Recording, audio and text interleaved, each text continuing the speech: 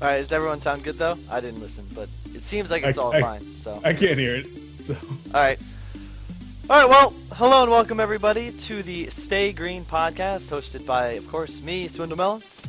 On the right will, of course, be Phil the Thrill Holler. Say what's up. What's going on? Johan Mynuts Andersson. What's up? Kyle Beef Bautista. What up? And Aydin Insania Sarkohi, also known as Arya Stark. How you doing? Hello. All right. Also perfect. known as Asula, right? From now on, yes, thanks to everybody's over at us too.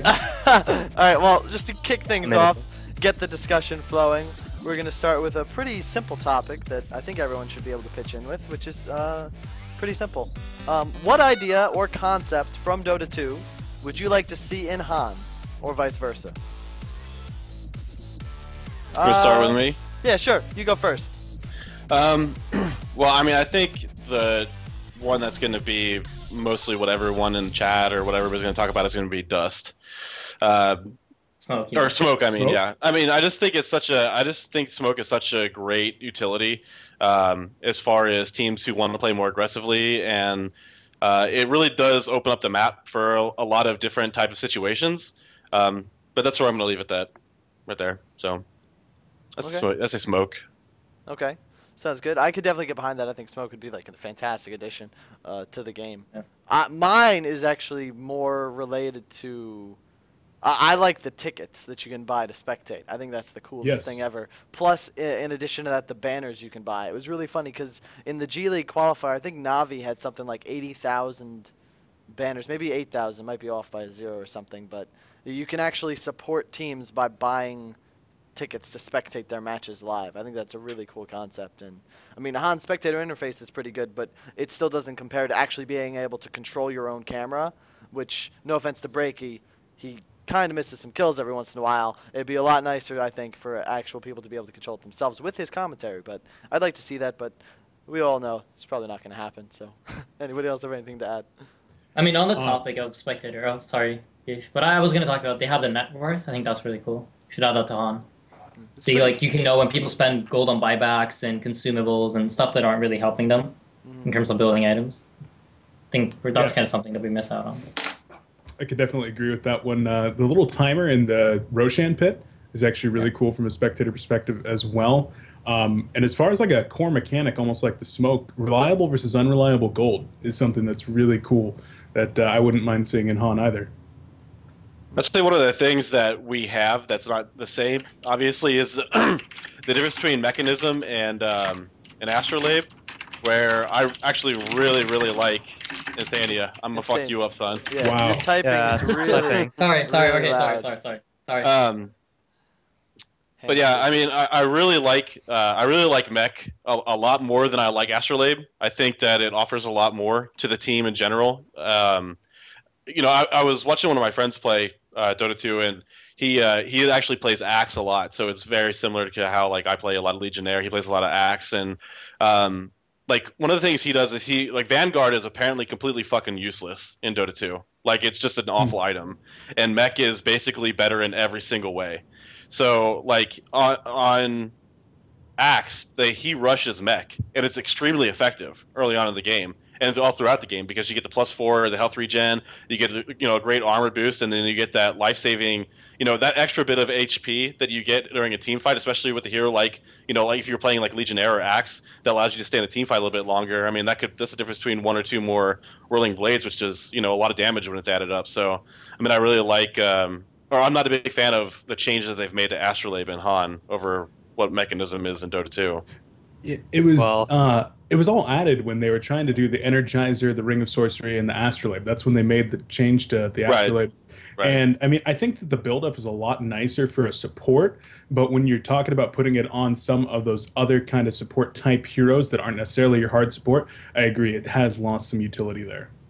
It was a long time ago. I don't even remember what the original one was. I think we just had it based off of Dota, and then they changed it. Yeah, after it was. Ice Frog split, I think like 3 years ago or something like that. Most people don't even know this, but do you know Ice Frog used to work for us too? How crazy is that? I don't know. That's super crazy, Kyle. Super duper Super crazy. crazy. Crazy. All right, moving on. Moving on. Thank you for your opinions, guys. I appreciate it. Hopefully everybody's got the juices flowing. Because we're now on to my favorite part. Well, not my favorite part. Let's be honest. It's my second favorite part of the show, called The Beef. Featuring, of course, beef for this episode. But just, meaty discussion topics where everybody gets their opinions heard. And the first topic hasn't really been discussed much, other than, I guess, a little bit on the Honcast podcast. At this point, it's probably like a month. It's literally a month ago that it happened. But the GSL finals, results, reactions, comments, I wanted to just bring it up sort of. It was a huge event that, in my opinion, didn't fail miserably. And the production was insane. So I just wanted to get your guys' opinions on how that event fared. Beef, you weren't actually there, so start with you. All right. I think that, I touched on this on the Honcast podcast. The games definitely left something to be desired. You guys there with stayGreen, you absolutely decimated everybody. There were a couple of somewhat close games. The games left something to be desired. The production on the Thai stream was incredible, but the production on the Honcast stream was pretty abysmal. To be honest, the Thai stream was good. Yeah. The production on the Thai stream was phenomenal. Yeah. Really? Much better than Honcast. Yeah. Well, Honcast was just piggybacking off of what they had going. The Thai stream actually was transitioning well, and the stuff. Obviously, the show aspect. I heard someone lit their hat on fire. That would probably be a lot more entertaining if you spoke the language and knew what was going on. But it looked to me like they did a fantastic job. I don't believe it could be any more entertaining than VTZ beats with a generic background. I just don't believe that. It's pretty entertaining. I'm just so yeah. It's like your happy place now. You can't get psyched for Han without VTZ beats. Well, have you seen what Beyond the Summit does? They have so many fan-made videos that you just play and repeat in games. Yeah. So it'd be cool. They just take clips from YouTube. I saw some stream, some new Australians. I actually linked I was watching those. I think they were doing that as well. They had different clips in the middle of the stream whenever it got downtimes, pauses. They had something at all the times. I think Honcast just needs to bring something that isn't VTZ and the score of the game, because that just gets really boring. And I've talked about this a lot, but there's so many resources you can tap into as far as S2 and Honcast are concerned for finding content. You could easily just bring on players not in the game to say, sort of like an analyst's desk, that both StarCraft, League, all three of the other major games have it. Just something interesting, something to keep viewers there instead of just 15 minutes of, so we'll be right back with the next game. And we're back. I could definitely see that at the events that they do, but even when they're in the studio, they have S2 employees there that can be utilized. They got Dog Kaiser, they got WZA, balance people. There are people who are there who creative designers. There's a hero for the first time that gets played in a game. Say once the new patch releases and Solstice is in the game, bring WZA into the studio and say, is this how you expected to see your hero played in the competitive scene or something like that? There's just a lot of opportunities for them to utilize resources in the S2 office. And, that was kind of one of the ideas that they had from the beginning when they were refurbishing the Honcast website. And it's kind of a letdown considering they haven't really capitalized on all of the ideas that they originally had and settled for, 4 to 5 hours of casting on Saturdays and Sundays, and then throughout the week there's basically no content. So I think that's a big problem. Hopefully, obviously we've been hinting at this a lot, but we will be launching a website soon that hopefully does something to provide content for the hungry fans, because it's really quite unfortunate. For the past 2.5 years, there really hasn't been much for people to see or watch outside of the actual matches and the occasional fantasy write-up. But other than that, there's really never been anything as a Han fan to really interest you in. So there's so many Asian games that aren't covered though, in English. In Dota they do it. They have really good English casters covering all the Asian games as well. It is actually, we'll bring that up later, but there was some big developments in the Southeast Asian scene. Orange Esports not going to DreamHack 100%. I want to bring up, we got some inside information on that whole ordeal, so we'll get to that later. But moving on, next topic, roster changes in top teams. I really just want to get everybody's thoughts on this. You've got Haxerin moving over to TDM, obviously not confirmed. That's not official. It's not official, yeah. Of course, we don't have 100% clarity on that, but Haxerin's going to be moving to TDM. Tralfamadore will be going to Complexity, Skyzo being picked up by Team Lions, and Noob G, obviously not on TDM any longer, moving towards Team Insania. So thoughts, opinions on this? Which of these teams do you think will be the strongest after the changes? And, who do you think got the best deal out of all this? You spelled Azula wrong. Spelled a what? A what wrong? What? Shut up. Okay. Ha! Ho! I think Good one. I think in the end it's gonna be good for all the teams. Like, change is always good, no matter what. Doesn't matter like the individual skill level of the specific players. Just getting a breath of fresh air in every team is gonna be good for everyone. I'll have to agree. Like there are a couple of teams that have kind of been stuck. They haven't really been able to bring anything new, and maybe just swapping it around a little bit with players might be good. I think honestly though, like without trying to be too cocky, I think I got the best deal out of this because there weren't really a lot of freelancers that you kind of wanted to play with in that kind of a role. So I'm just gonna go ahead and say I think I got the best end. Yeah. If you want to be like that. Yeah, Mynuts, what do you think about the new carry player picked up by Team Insania, Noob G? You've had some experience with him. You think he's gonna be a good fit? Yeah, definitely. Definitely. Okay. Glad I could get your opinion. Insania has a lot of strong opinions, and Noob G is really easy to convince. It's gonna be amazing. I was really impressed with Insania's run with TFR, even though, like they were kind of set in a really bad place from the beginning, having to play against Trademark. The first two times they were in there, so that kind of sucked. But I thought that they really put up a decent fight, considering like the newness of their team and how little time they had to practice. So, I mean, I think Insania's team is going to be a great team to look out for. But, I mean, both Complexity and TDM are getting, they're getting great additions here because TDM, or former TDM, and Complexity are both already 4 solid players on a team. I mean, they're already complete teams. Yeah. You're just adding a skill player to a skill role. So you don't really have to worry about that. It's like when Arrow replaced Trixie. Like, everybody's like, oh, no one can replace Trixie. Well, all Trixie does is last hit creeps and show up to team fights when he's supposed to. Arrow's list, I mean, now Arrow, I think, is a better player than Trixie because I think he's more rounded. But I also think that, the hard carry role is a skill role. As long as you can last hit creeps and you can show up to team fights when you're supposed to show up and you make good decisions in those team fights, that you pretty much do what you're supposed to do as a hard carry. So I think that those players are pretty interchangeable, and if Haxerin joins up with the former TDM squad, then that's going to be a great fit. I'm not sure about Tralfamadore joining up with Complexity as far as how that role is gonna foot. They've been scrimming. He's playing hard carry. Well, We've seen his Sandwraith before. We know he can excel at the role. So we'll see how that turns out. Beef, I know you can't obviously confirm any of this, but hypothetically, Tralfamadore joins your team. How do you feel about that? What do you think? I mean, hypothetically, if all this were to happen, which, I mean, it may or it may not, anything could happen, but if Tralf were to join, I mean, Tralf's a big personality himself. There's already a lot of big personalities on the Complexity squad, and they're a team that's been known to get kind of fired up in the middle of these matches and start arguing with each other, whatnot. And with Tralf, like, being known as a person that can bring a lot of personality to that team, I don't know. I could definitely see it being an issue, and it's really going to be a matter of whether or not they can all keep each other in check and actually function. The skill is definitely there. I'm sure the coordination will be there, but what did somebody post a while ago? The person has like a 3% performance increase, but a 50% chance to self-destruct. Yeah. Right. Like, hey, Tralf's a great player, but I don't know. Hax was a really chill dude. Like, he's still with the team, of course, right now.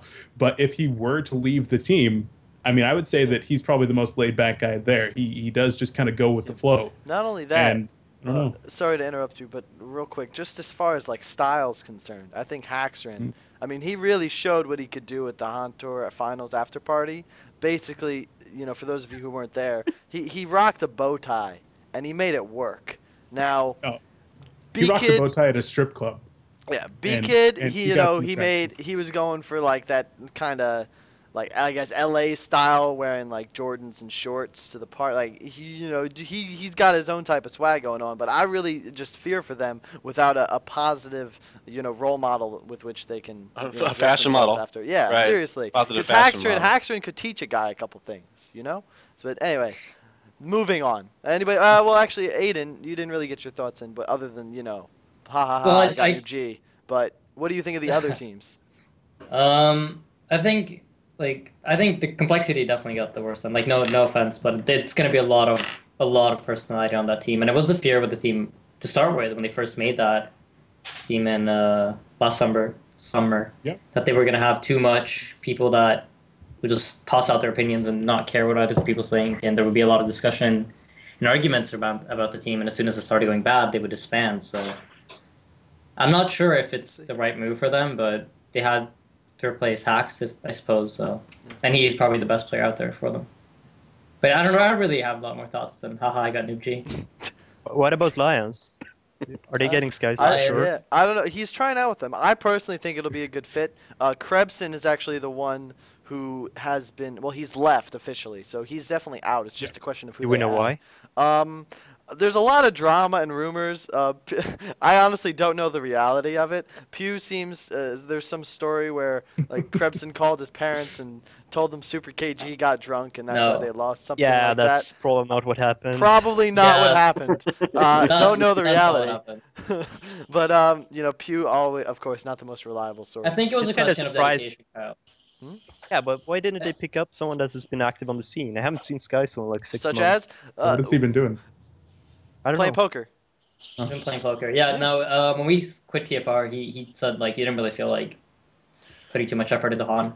But I talked to him a couple of days ago, and he seemed to like want to try again. Is what he said. What role is Skies going to be filling on the team? Suicide.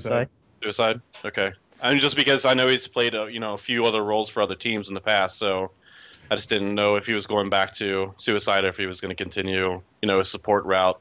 But and there's going to be some role shuffling on Lions. I like it just because, again, it's a Swede. So I'm just glad that they're staying 5 Swedes. I think that's good for them and for their future development and stability. That's actually true. I mean, weren't they getting it? Weren't they talking about the gaming house? Is that still on? They were. I believe that it's still on. Yeah. Okay. Really? Are you guys sure? Because I just, from what I heard, Krebson leaving was like he wanted to dedicate more. He wanted to spend more time on Han. He wanted to kind of go for it, whilst the others didn't. Really? Yeah. Oh, that's what I heard. That's the feel I was getting as well. So it's a downgrade for them then, or? No, I think that's why like Skyzo fits so well, because Skyzo didn't want to dedicate or like make a big move. They'll obviously lose like some motivation as far as that goes, but at the same time, would you rather have 5 people on the same page or one person who's pretty much disappointed with the effort the other 4 put in? So you got some feedback in your background. What the hell's going on? Yeah. I do my cell phone. Yeah. It's probably. Sorry. Don't worry about it. It wasn't too terrible, but it was like acting up. Anyway, moving on. I think we beat the crap out of. Oh wait, no beef. I mean, I would say that Lions already has a solid roster. Krebson, fantastic player already, but if Skyzo has the motivation again to get back in there, I think they're still going to do just fine, and definitely be rooting for those guys. So, I think they're going to do well. All right, glad to hear it. I hope they do well as well. They were good guys, and I really think it just takes some more practice, and then they'll. I miss Seal Kid. Yeah.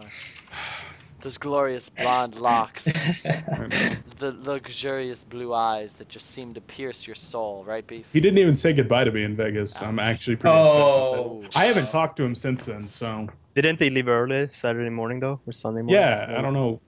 And they left Hanskin there. Hanskin didn't leave for like 13 hours. The rest of his team ditched him. Poor guy. See, and that's... Poor guy. You just don't like to see that. Not proper team building. Anyway, next topic. New rosters on the rise. What team are you looking out for as far as outside of the obvious ones who all went to the Hontor finals? Because I think pretty much every team outside of Lions, Complexity, TD, MSG is pretty much a totally new team. In fact, the 3 teams other than SG are pretty much new teams.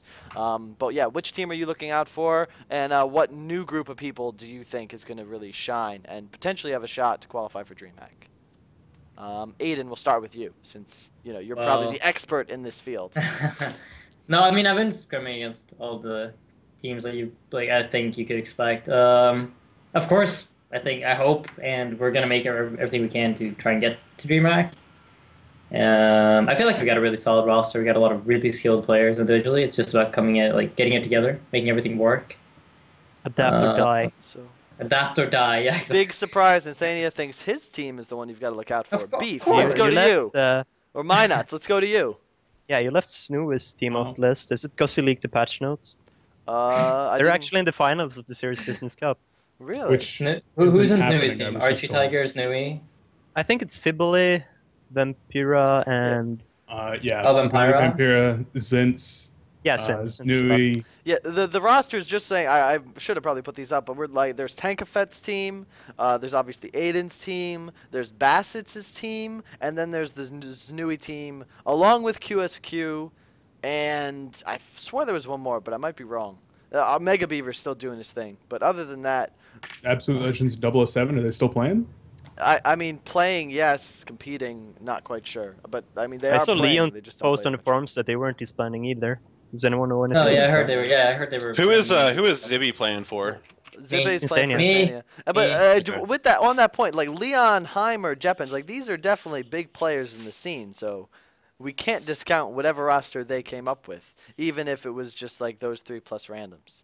So we really can't discount their efforts as well. However, the question is really if they're going to dedicate themselves at all to the game. Because at this point, with the amount of money that I think is going to be in the scene, it's not going to come down to who's got the best roster, but which one of these teams wants to dedicate themselves more. I think Leon is a great player, and I think he really does want to get involved or stay involved in Heroes of New Earth. I know you don't really agree there, Swindle, but what do you mean? I actually think that Leon is a good player. Heimer, I think Heimer plays high-level Han because he can, not necessarily because like he's super dedicated to it or that he's got like this real big competitive streak inside of him. He's prone to raging, but I mean, who isn't prone to raging in Han these days? But I just think that he plays for the fun of it, and I don't know. Now with Trout gone from TT eSports, I don't know what they're gonna do, if anything. But I think Leon is still a solid pickup for a high level team. Is Moravis gone to League of Legends? Yes. Well, that's where he's been. I was gone never for a impressed while. with Moravis anyway. Yeah, so he's only been playing. Yeah. I mean, after I saw that Pebbles play at DreamHack Winter, that was all I needed to see to move on from that. Yeah. To move on from that train or that bandwagon. Funny backstory. Moravis got picked up by TT Esports like a day before I was gonna ask him to join what was at the time Gary Johnson 2012. So instead we got Kazu. Really? I think it was a good pickup. I think we won that. Let's go Kazu. Shout out to you, buddy. Thank you. I don't know. Moravis is pretty fucking good as well. Sometimes. I mean, when he wasn't on LAN, he played really good. Like offline in the in-house leagues and all these things, he would destroy. He just had a bad LAN. Yeah. It happens. What are you gonna do? Yeah. I personally think I get better at every LAN I play. I think every single LAN improves my ability to play on LAN. I think most people feel that way as well. Because I've just got to say about seeing you guys play on LAN, like you guys were actually screaming. I was like upstairs in the suite in one of the bedrooms watching the games, and I could hear every word that. Yeah, and I could hear, huh? With who? What? My hand. Left or right? Left always. And I could hear every word that you guys were saying. You guys were screaming at the top of your lungs, and I was just like, that's crazy intimidating. It also, I mean, I talked to you about it. Getting your team hyped up. You guys are LAN beasts. I appreciate that, Beef.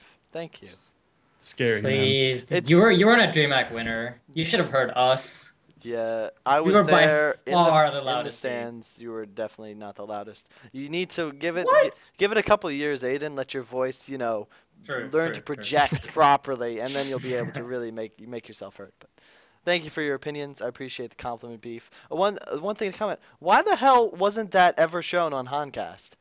To me, that's entertaining. I'd like to see. I think me screaming. Being in a bedroom with my hand? No, not that. Oh. No. Ew. That would not be entertaining. That's gross, Beef. That's gross. I would watch I that. meant the actual, like, they said they were going to have, like, mic up some players. It's not that difficult. Just throw a little wireless mic on my chest and on Johan's chest, and instead of hearing random blathering before team fights, we can just go into the Skype and say, this is what's going on, and, it happens. Like, I just feel like it's way more interesting that way. But, to each their own. Yeah, I could agree. It definitely would have given some ambience to what kind of felt like a a dead event with no audience there already, even just the hype of. We'll get to the dead event. Don't get ahead of us. We got a whole section to talk about that. Don't worry about it. All right, next topic. The Han Tour. Oh, here it is. The Han Tour Finals discussion. So you know what, Beef? You start us off. Discuss the Han Tour Finals. Anything you'd like. Let's save the production for either the beginning or the end, because that'll probably take a little while. But Beef, you have the floor.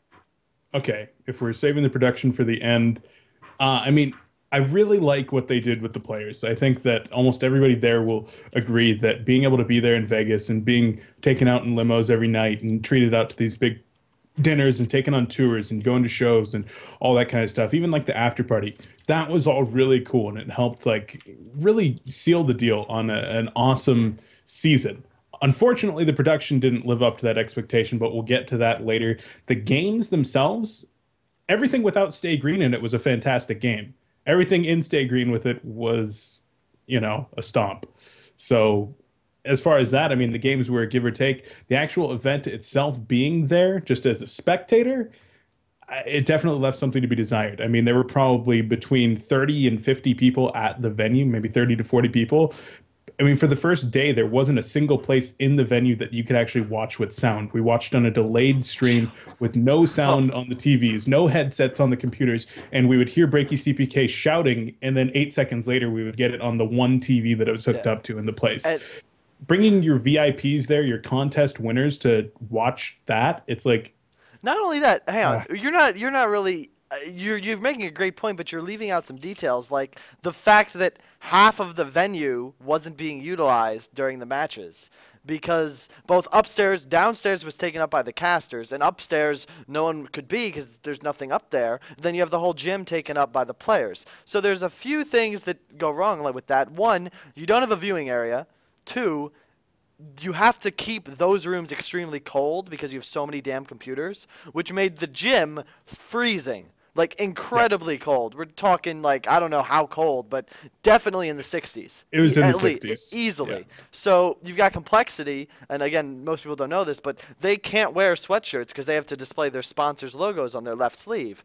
So they're sitting there, like, when Peter goes like this on cast, it's not because, it's not a nervous tick. It's literally his hands are cold, and he's trying to warm them up because it's freezing in there. So... personally, I think you have 30 people. Sure, it's not that many, but the suite could have fit 325. Obviously, you don't have to bring a live audience, but we easily could have had people in there if there was a real viewing area. But, I mean, it was such a cramped environment that we're lucky there were no fans there because, I mean, we had fun just conversating and shit. Me and Beef actually casted a little bit for the viewers sitting there watching without sound, which I thoroughly enjoyed. I don't know if Beef was as big of a fan, but... I mean, it was fun. There were some words exchanged. It was fun. Real quick, before I get Phil or Insania's point of view, Mynuts, do you have anything to comment on as far as the event was concerned, since you were obviously the only one? I liked it. I didn't see any of the production, so, I mean, from my point of view, it was a successful event. But, obviously the production failed big time, which is sad. Phil, let's hear what you have to say. Well, I mean, I explained most of my thoughts on my blog about the first days, and obviously the second day's worth of coverage improved drastically, but the issue isn't that... the issue is always the same. It's always the first day is a complete fuck-up, and then the second day... everything runs perfectly, on to the end of the event. And that's how it always is. I thought that it was really inappropriate for them to not have any content planned to happen between, like, they knew ahead of time that they were going to be scheduling 5 to 6 hours for a best-of-5 series. And they had to know, especially between the number 4 and number 1 team, that there was going to be the chance of a break, that there was going to be the chance of a long break.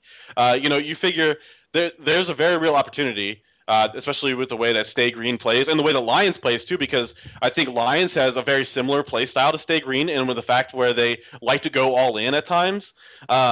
I think that sets them up to where if they make a mistake, they end up getting fucked, in this team fight, and then SG just continues to roll right over them and just train right over them. So, with that happening, you got to be prepared for there to be 2.5, 3 hours worth of downtime. And just switching to VTZ beats with a moving, a motion background, that's not acceptable. That's not appropriate for a grand finals event. So I was really disappointed in the production quality. Not only I feel bad for Breaky, I really do, because and I feel bad for Milkfat too. And the reason for that is because these are people who are put into roles where they are waiting for people to do their fucking jobs. And when those people don't do those jobs, it's Breaky and Emperor and Milkfat who get the flack from it. You know what I mean? They're the ones who people are saying like, oh man, if Milky had, or if Breaky hadn't, if he would just put a little more time, yeah, Milky. if Breaky had just put, hold on real quick. What do you want? Milky CPK, everybody. Milky CPK. Oh. Milky CPK.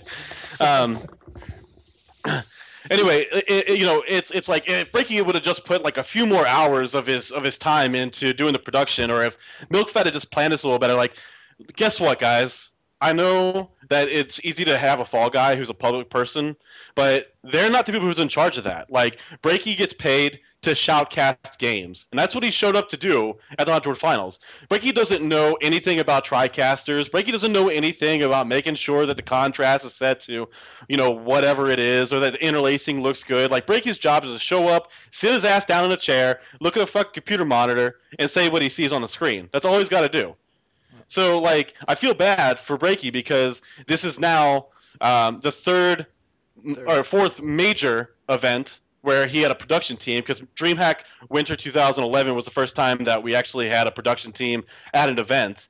But this is now the fourth event in a row where, S2 has been responsible for providing top-level production quality, or at least enhanced production quality over what we had in the past, and they've completely failed to deliver on it.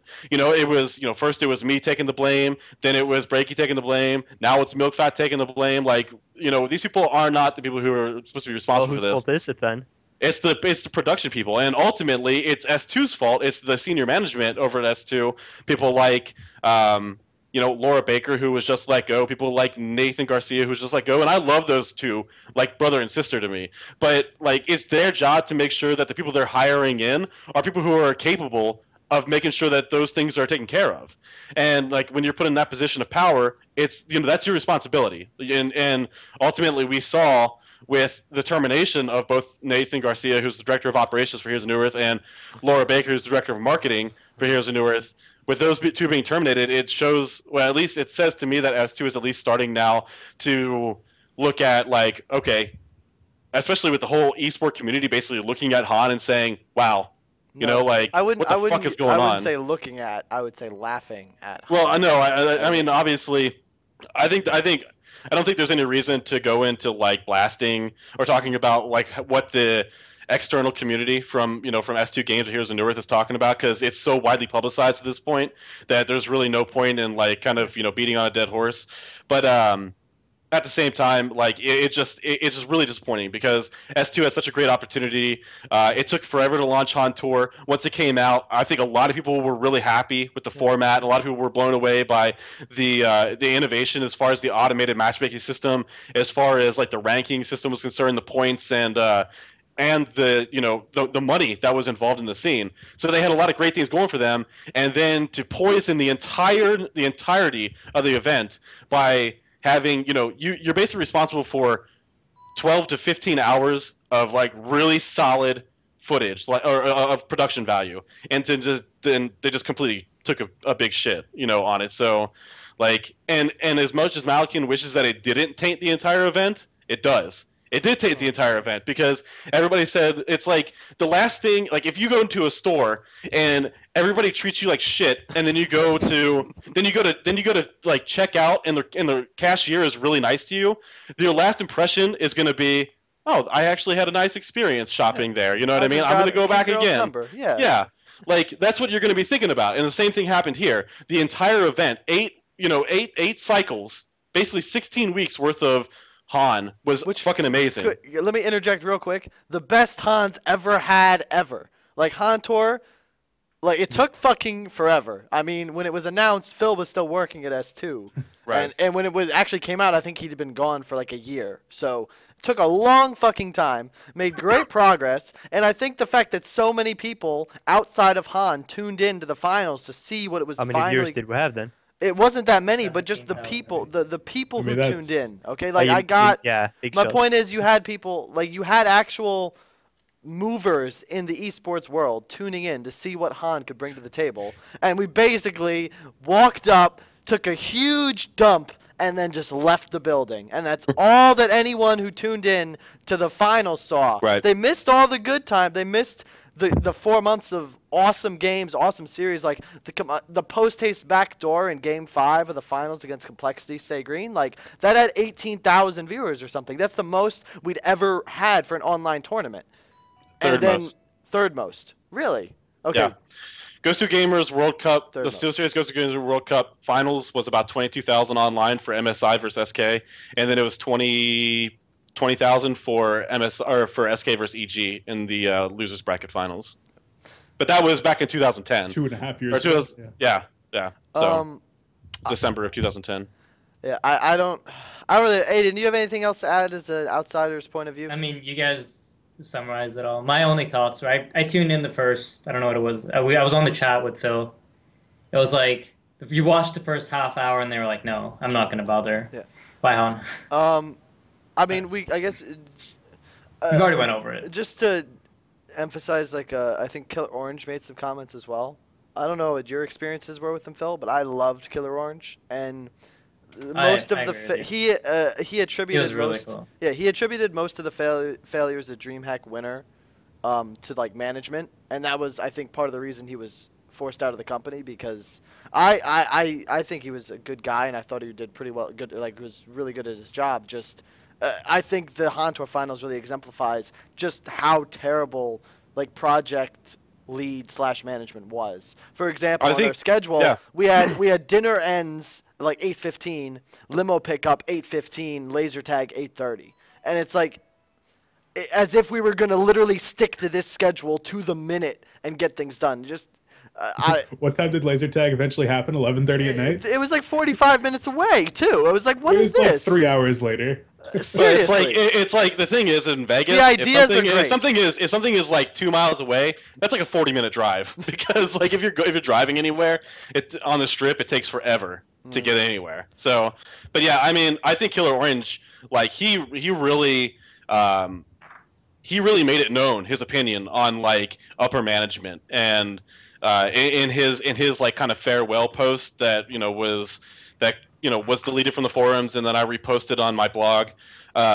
He talks about like how he was telling people things that they didn't want to hear, and it was people who weren't used to being told their business, and like that's exactly what happened. Like, I could tell you from working with Killer Orange, personally on from DreamHack Summer on until I was released from the company in September.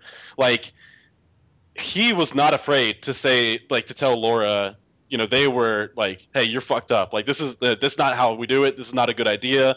And like, people did not want to hear that. People don't, when you're like an executive or a director of something, like, especially not like a director of esports, it's just like a title. Cause like, who the fuck do you direct? It's not like we got esport personnel, in the office. It's just like, a title to give you a title and a hand job. But like, when like the director of marketing, who's got actual employees underneath her, like, and one of their employees is saying, this is a really stupid idea. Like, you're not used to hearing that, you know what I mean? Especially when it's said, like, this is a really stupid idea. So, yeah, Killer Orange was a very real person, but he was also a very dedicated and passionate worker. And a lot of successes of Han Tour production during the season were all because of him, because of his innovation. So. Now, I want to say, I mean, Killer Orange, he did do a very good job, but I also want to say that the new producer, Panman, I talked extensively with him, and while he did not have a lot of LAN experience, in fact, I believe he didn't have any LAN experience going into this, he was put into a situation where he was out of his comfort zone, and he tried his best. I think that he is going to absolutely kill it with all the online production. This guy is extremely motivated, extremely smart. He knows all of these systems, and there's definitely going to be a lot of innovation coming to Honcast in the online scene. And whatever they do offline, there's a lot of dirt on S2's nose right now. Like, they are not going to let this happen again. At least I certainly hope they're not. Yeah. I'm sure they're going to be taking measures, whether that means hiring an outside production crew or something else to make sure that this does not happen That again. isn't necessary. I personally think the guys who actually do the work, okay, the real, I'll use the term grunts, even though that's not really a positive that's term. a pretty common term. The grunts who actually, the guys who are doing the work instead of sitting in a corner twiddling on laptops, they do a great job and they do good work. The fact of the matter is, whoever, like, for example, I know Brenton's idea. Love Brenton. He's like number 2 as far as production goes. He wanted to do it where the casters were up top and then you had a viewing area for the players here. Someone overruled him. He can't do anything about that. And now what do you get? You get all the players shoved into a side room where they watch one screen with no sound. It's like, it's not these people's fault that, in all honesty, the person making the calls is incompetent. That simple. And I mean, I also want to talk about a little bit about the production crew right there. You said Brenton number 2. Brenton was the fill-in producer that went with you guys to Thailand, that went to PAX, that really didn't have a ton of production experience, that got trained by Killer Orange for 4 days before Killer Orange left. He's a video editor. Yeah. Panman, this is his first time doing production. He's like background video editor. And then they had Mike, who's a contractor there. He was there as a videographer. That was the 3-person production team. A video editor, and a videographer. And it's like, what do you know? You ran into some problems. Who would have thunk it? Wow. Wowee. And you also have all 3 of those guys that were doing all of your videos. Like, all the videos that you guys saw. Which were fantastic, just saying. Yes, they were good. They were. Like, the interviews, the hype videos, like, running around doing the teams. Those guys were working 24 hours a day. Literally, like, 24 hours a day. Going up into that finals, because they were doing all the video, they were editing the video, making those things, and trying to get the event set up. You definitely needed a few more staff. Yeah, I would agree. Oversights happen, but again, who do you blame that on? I would blame that on the management and whoever's responsible for the planning. I believe 2 of the higher-ups were fired. I can only assume they were the ones who had all of that. How many ST people were there at the event? Like, how many staff members were at the event? 12. 12? 12 and let me just say one short thing about that. Yeah, because I'd like we're gonna go into the next topic after Phil, but I have to make a call at my little brother's birthday, and then you guys will get started on the next topic without me. But Phil, go. Like the solution when I was working at S2, the solution was always we need to bring more people. Like, it would be like, like, if we only would have had like 2 more people, we could have done this, or 3 more people, we could have done this. So like the very first event that we did, where we had like a big team. Was DreamHack Winter 2011, and we brought like 9 people with us, and then like that became 15, and then it became like 18, and then they like shaved it back to 12 for the Hontour finals. But the point is that you don't need more people. You need more people who are going to do shit. Like, when I'd be sitting around at DreamHack Summer, for instance, I was down in the player pit, and you can ask anybody who was there. I was down in the player pit the entire fucking time. Like, I was trying to make sure the matches were getting started as soon as they were, or as soon as they were available to. Obviously, like, there were a lot of flaws that I was responsible for. Like, the scheduling was absolute shit, and that was my fault. But like, at least when I made the mistake, I was down there trying to make sure that people were starting games as quickly as possible, and they were like, oh, if you just would have had more people and done this and that. Well, I would like go up to the booth, and I'd see like Diva and Laura and Margot, and they'd be like sitting in the fucking booth, like looking at random shit on their on their laptops. I wouldn't say I would describe it more with emotion than actually describing what they were doing, because in essence, this was about all they were accomplishing. Right. Just in case it was just one of those things where it was like. It was just really frustrating because there were so many people there and so many people who were doing absolutely fuck all. So that was what I was going to get to. Like, you had 3 people there working on video when it was the thing. It was obviously failing, and then you have like 8 other people doing nothing in the break-in. Right. I mean, if you're Dota 2 and you got like 16 video producers getting like instant replays and having shit ready, like videos ready as soon as possible, that makes sense. But if you got 16 guys and 4 of them are editing videos while the other 12 are smoking cigarettes and, you know what I mean? Like, checking their fucking Twitter. Like that doesn't really do anything for anybody. We'll say, just to close this out before we move on, because I want to just cut this short. We're going super long on this. We have had more money in Han in the months of January 2013 to April 2013 than we have had in the entirety of any year in the history of Han. So production awful, but as far as being a competitive Han player, never a better time than right now. So just compared to last year, I mean, was there seriously, even a tournament? Fuck all happened. At this time? There wasn't an event for people to do fuck all at because there was nothing happening. The scene. Shout out to Lions. Lions, possibly one of the best teams to grace the Heroes of New Earth, disbanded because there was nothing to play. That's why you're left. Correct, Johan? That's Yep, that's correct. Fitsky went to Dota 2. Johan went to Dota 2. Like, we had nothing to do. Now at least we have tournaments to play. But next topic, just so we don't get too distracted. The player, I just want to know personally, you guys take this again, I got to make this phone call, but the player you miss the most from old times. Any player, history of Han, who do you miss the most and why? Mynuts, start with you. Go. Era, obviously, because I think he was the best player ever to play Han. Pretty much. I agree. Era was really fun. We used to TM him quite a lot as well, so no, I do miss him a lot as well. I think Fly though. Fly was one of the few innovators in Han. He was a really cool guy to get to know as well. I think he's probably the one I missed the most. That left. I miss Korok. I loved watching his stream and his soft rock, his post-rock stuff. Man, I loved that stream, but no more. I would probably say Revy from UNZ. Really? I mean, it's not about like you guys are naming all like really great skilled players, but I mean, as far as people who I just liked, who I missed from the scene, like between Revy and Slund. Like I love Slund. I know he's probably before a lot of people who play Hans now time. He was a former ILX player, played with Nova and Bot and No Tail before they joined Fnatic. Played with LAO, Lanes Are Obvious, back with Caution and a bunch of other idiots, Aston L. But I mean, I loved Revy. Like, he was such a great guy. Is Swindle singing on the phone right now? I feel like he's singing. Yeah, I don't know. Yeah, it looks like At least he muted. He's not talking, at least, that much is for sure. Who do you think Swindle misses the most? Swindle? Probably Tralf, since he left. Yeah, well, Tralf came back, so you can't say Tralf anymore. Oh, yeah, I was hang on, guys. Snake. Oh yeah, Snay. He misses Snay. Snaking, number one Dignitas player. There's a lot of players that have left Han, and I gotta say that the only person I would have really missed, really truly had felt sorrow at his passing would have been Tralfmador. And luckily, he did quit. He did officially move to Dota 2. Luckily, he came back the day after, ready to compete in our scene once again.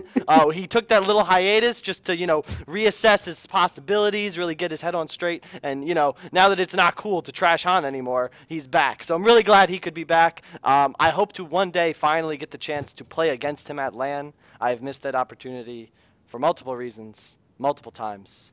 And I really hope we can have some more friendly competition in the future. So you're saying you want him to qualify for DreamHack? Oh.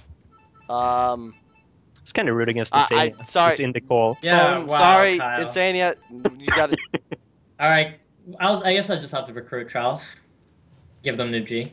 Yeah, that would be the best of two worlds. Wait, yeah. Can you have them Just both play on the the old team? double carry. I could have both, yeah. Oh my lord. You meta Just game? pick, like, a Dude, Arachne, you Queen, could do the TDM 2012 at DreamHack, where you right, pick yes. Sandwraith and Soul Stealer, and then you've definitely got the late game. I mean, you don't even need to kill anything. Holy you shit. just kill creeps. And I thought the patch was gonna change the metagame. That just blew my fucking mind, dude. Tralfmador just changed the metagame. I've been trying to think about the future when I should be thinking about the past. Exactly. Oh my, holy shit! Somebody called Dog Wow. to cancel the patch. We don't even need it anymore. Metagame Wow. shifted. Yeah. All right. Next topic. Overrated heroes. I'm going to start because I think I know the one that is the most overrated in the metagame, and that would be Wretched Hag. Wretched Hag went 6-19 in Hantor's Season 8 finals. Or in the Diamond Cycle of Season 8. 6-19. And Yep. I love the hero. Don't get me wrong, but in this meta, I think she just totally sucks.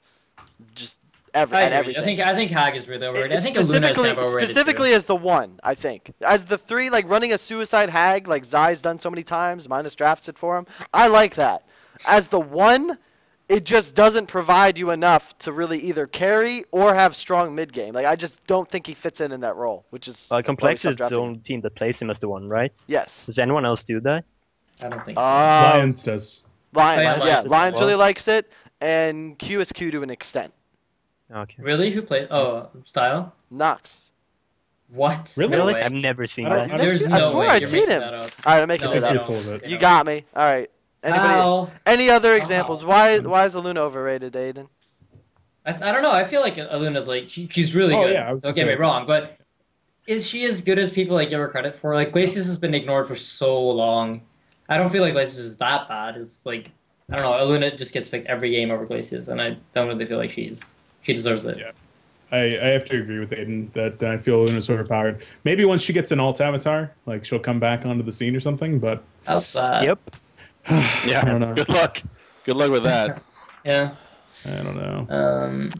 No, but I think Hag definitely is like the one most overrated hero. I was talking to my own team about like heroes that are picked too much, and I think Hag is one of those. I think Parasite is the most overrated hero by far. What? Really? I don't think it's good at all. Why? I think you're. That's you're just. crazy. I think TDM SG against each other are like 1 in 8. Yeah, wait. Yeah, do you want to match ID? Oh man. 11, 21, 25, 27, From 9. today, dude. Yes. Yes. I like how Mynuts in that game. I like how Mynuts is trying to like Yeah, throw people off the scent. Like, yeah, Parasite sucks. I'd never pick that hero. Yeah, exactly. This is master plan. Did you see the scripts between SG and TDM leading up to Hunter finals? I think Parasite was picked 8 times and won 1 of the games. I just don't think the hero brings anything to the pushing metagame. Can't defend, he can't push. To be fair, can't really gank. you do buy Striders on Parasite there, Johan. Does he buy? You do buy Striders. No, he I buys don't think Threads. I've ever bought Strider. You definitely have. Threads to hell. I buy Striders, Blink, Astrolabe, and I believe Pushbook was what I saw one time. Yeah, I don't know what hero you thought you were playing. I'm not sure, but that wasn't a Glacius, bro.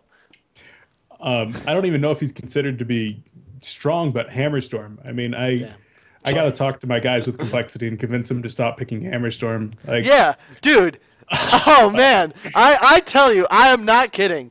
Every time we would draft against you guys at the state, like here at home, that we would just be like, oh, what are they gonna pick? This, and then we're like Hammerstorm, and we're like, all right, guys, free win, and you know, it's that. Like I get that they like it, but there's a reason no other hero in the entire, like no other team picks Hammerstorm other than like really bad ones and Complexity. No offense to, I'm not trying. That's an unfair. Obviously, I'm not saying those are the same category, but like seriously, it fucking sucks. I don't know. Game 2 again in the 3rd place match against Lions, Hammerstorm had like a 570 GPM start and did nothing the entire game, and I'm just like, yep, that's Hammerstorm. That's pretty much what he does. Got confirmation. You avatar. Parasite. Parasite had the worst win rate in the grand finals. It went 1 in 4 at the Hantor grand finals. 1 in 4. Parasite 1 in 4. Yeah, but that's how many of those games? No. How many of those games did you guys have Parasite? Let me guess. 1. Are you stupid, Insania? They went 3-0 and 3-0. Yeah. So out of the wins, they were probably the only team that won with Parasite. Is what I'm trying to get at. Yeah. No other team won with Parasite because they don't know how to play it. Thanks, Aydin. You stupid. Really appreciate that feedback. No, there, but buddy. look at this. Okay, whatever. Yeah. You can pick Parasite if you want to. I'm not gonna. Yeah, sure. If you don't, I'll hold you to that. I'm happy with that. Hey, at DreamHack, you know, if I'm second pick, don't pick that. Don't ban it either. Just let me take that out of the pool. Just regular pool, please. I mean, this is good though because we're getting like drafting insight from each other. Yeah, very valuable drafting insight. Yes. Any day. I now know that I can play Parasite. To any of you 1500s out there who want to know how to get better, Read up on Chelsea's Parasite Guide and then play that hero 24/7. You'll crush dorks like those. Where's Johan's camera over here? You're just gonna crush him. Yeah, Parasite is amazing in TMM, but against SG-like lineup where they pub train, like you're not doing anything. Pub train. I like to call it mid-game forced team fights. Or mid-game? Mid-game. Oh, so mid-game starts at level 5 now. Okay, I missed that demo. What? All right. We're gonna move on. Who is your favorite current S2 employee? I'm gonna start, and I'm sorry to those of you I like at S2. You know, Aaron, Sam, Dylan, the other people I met there that I don't remember. Ace Jr., I almost forgot. I know you would have been mad at him. But, you know, I had fun hanging out with you guys. But the number one, I hope he's watching, the number one dude at S2 is Brenton. He's a G. He's a G. He's awesome. He's pretty good at his job, I think. I don't really know who actually does all the work. But from what he told me he did, I give him my seal of approval. So big ups to Brenton. Really cool guy. And, he's extremely handsome, too. Exactly. Seriously. And funny story. He probably wouldn't want that aired. Never mind. We'll talk about it later. A Vegas story? Yeah, you guys, Vegas stories. Yeah, there's quite a few. I had a topic we were gonna have, which was who got the drunkest at the after party, but I didn't know if I really wanted to bring that up because we all know who it was. Yeah, I don't think there's a discussion to be had there. There's definitely a discussion. I mean, Peter peaked early, but Trent was hella drunk. No. There's no discussion there. There is one correct answer, but it cannot be discussed. Peter definitely takes the cake for me, but Trent, by the end of the night, was pretty much just silly putty. I mean, let's be honest. Yeah, his arms and legs were not interconnected anymore. He pretty much just became part of the couch and just sort of was like, hey, Kyle. Yeah, and just smiling, sitting, you know, kind of laid back in the couch. We can get into that specifics of that stuff later. Who are you guys? Favorite employee? Go. I got to go with Ace Jr. I mean what? On the stream. Yeah. I mean, the opening ceremonies were not the best, but it did at least put Heroes of Newerth out there. But the real reason, you know, woo, woo, woo. Yeah. The real reason, because I just gave him a good suggestion about mix and matching announcers. Like, because I like the double tap from the Thai announcer, but I like the breaky CPK humiliation and all these others, like mix and matching. And he says he's going to try to run with that. So. Yo, dude, that has been like an idea since before I even worked for the fucking company. So you know, Phil, don't let him fool you. Don't Junior, not an innovator. Don't rain on my parade. He said it was a good idea. So woo, woo, woo. Yeah, unless very specific people tell you that, it doesn't really matter. I hate you guys. Okay, Aydin. No, but that's the truth, though. My favorite employee is probably Dangerous Dan. I mean, obviously, I got a long history with the guy. You know, like, I'm pretty much the reason why he got hired on to S2 to begin with. But like, he went from being just a cameraman to being the quality assurance manager. And like, when I don't know if you guys have noticed, but the amount, or like the incredibly like less amount of bugs and patches since he's become the quality assurance manager, like it's fucking night and day. Like you don't have any more Armadons doing fucking double stack damage. You don't have any more Legionnaires like, you know, doing 900% base damage off of a charge. And while other things are obviously like really fun and funny to talk about, like, you know, they are things where people are thinking like, man, like S2 looks like a fucking, you know, indie company with all these bugs and mistakes and shit like that. Well, like Dangerous Dan really, I mean, he's got his shit together on that stuff too, and he's been promoted recently. So he's got, you know, people who are underneath him who run SBT and RCT now. So like, you know, he's doing very, very well for himself, and I'd say he's probably my #1 employee. Yeah, so who I'm gonna go with. I might have to change my answer because I love Dan. Dan's actually the one that got me into streaming, which got me into casting, so I owe everything to Dan, so I have to change my answer. I think mine is a bit harder to decide because I've interacted with quite a lot of them, especially the balance people. But my favorite person is probably somebody that's not in the that's somebody that's not in the office, which is Visions. I don't know if Most of you know who that is. But he's like the guy that runs Epoch. And he does a really good job, I feel. Yeah, he's pretty much an idiot. What, you think so? What? Yeah. If No, you he's respect him, awesome. he can't have many desirable attributes. Let's just be blunt about it. Sorry, Aydin. You know, the thing is, like, No, there's actual S2 employees, and then think they're S2 employees because they had S2 symbol by their name, and he's one of those well, people. I don't know. What's the difference, though, Phil? What's the difference between... The difference is somebody who actually has like a legitimate use within the company. Oh. Vicious does not have any use within the company. Say Like if that motherfucker died today, Paycheck. I wouldn't even know or care. You know? Damn. No, he's a cool guy. Go away. No, he's my favorite person in S2. I don't know if he's not an S2, then okay, I suppose it would have to be like Aaron or Sam, one of the two. It's hard to decide, but WCA is freaking hilarious. Yeah, he's a cool guy. Yeah, he wants to be. Solstice though. So True. I mean, there's that. Worth it. But All right. This is moving on. Next topic and last topic of this section. I think it's probably the most intriguing, which is can Han survive long term, aka post the year 2013? I'd start with Phil, but then we probably wouldn't end with anybody. So let's start with, I don't know, Johan. You've been kind of silent. What do you have to say? What do you think? By if Han can survive long term, I have no idea, man. Depends on the launch in China, I guess. I haven't heard much about it. I don't even know if it's public, but I don't know. We'll see. Hopefully the season 2 of Han Tour is gonna be better. What do you mean with survive though? Isn't like Han really big in Southeast Asia? Do you mean like the international client or just Han as a whole?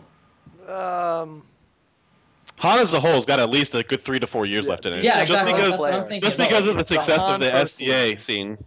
But like, well, I mean, again, it's like people are always saying like, there's always an argument between whether Han is dying or growing, and that argument is pretty fucking stupid in itself. But like, Han as a game is growing, but Han as in what you who are probably watching this podcast is dying. Like, because the NAEU scene continues to shrink. Like, it's getting smaller, and it's very noticeable when, you know, I queue at like 1550 on a 1550 count, and I'm waiting 12 fucking minutes during prime time North American with all 3 regions queued up because I'm US East, so I can do that.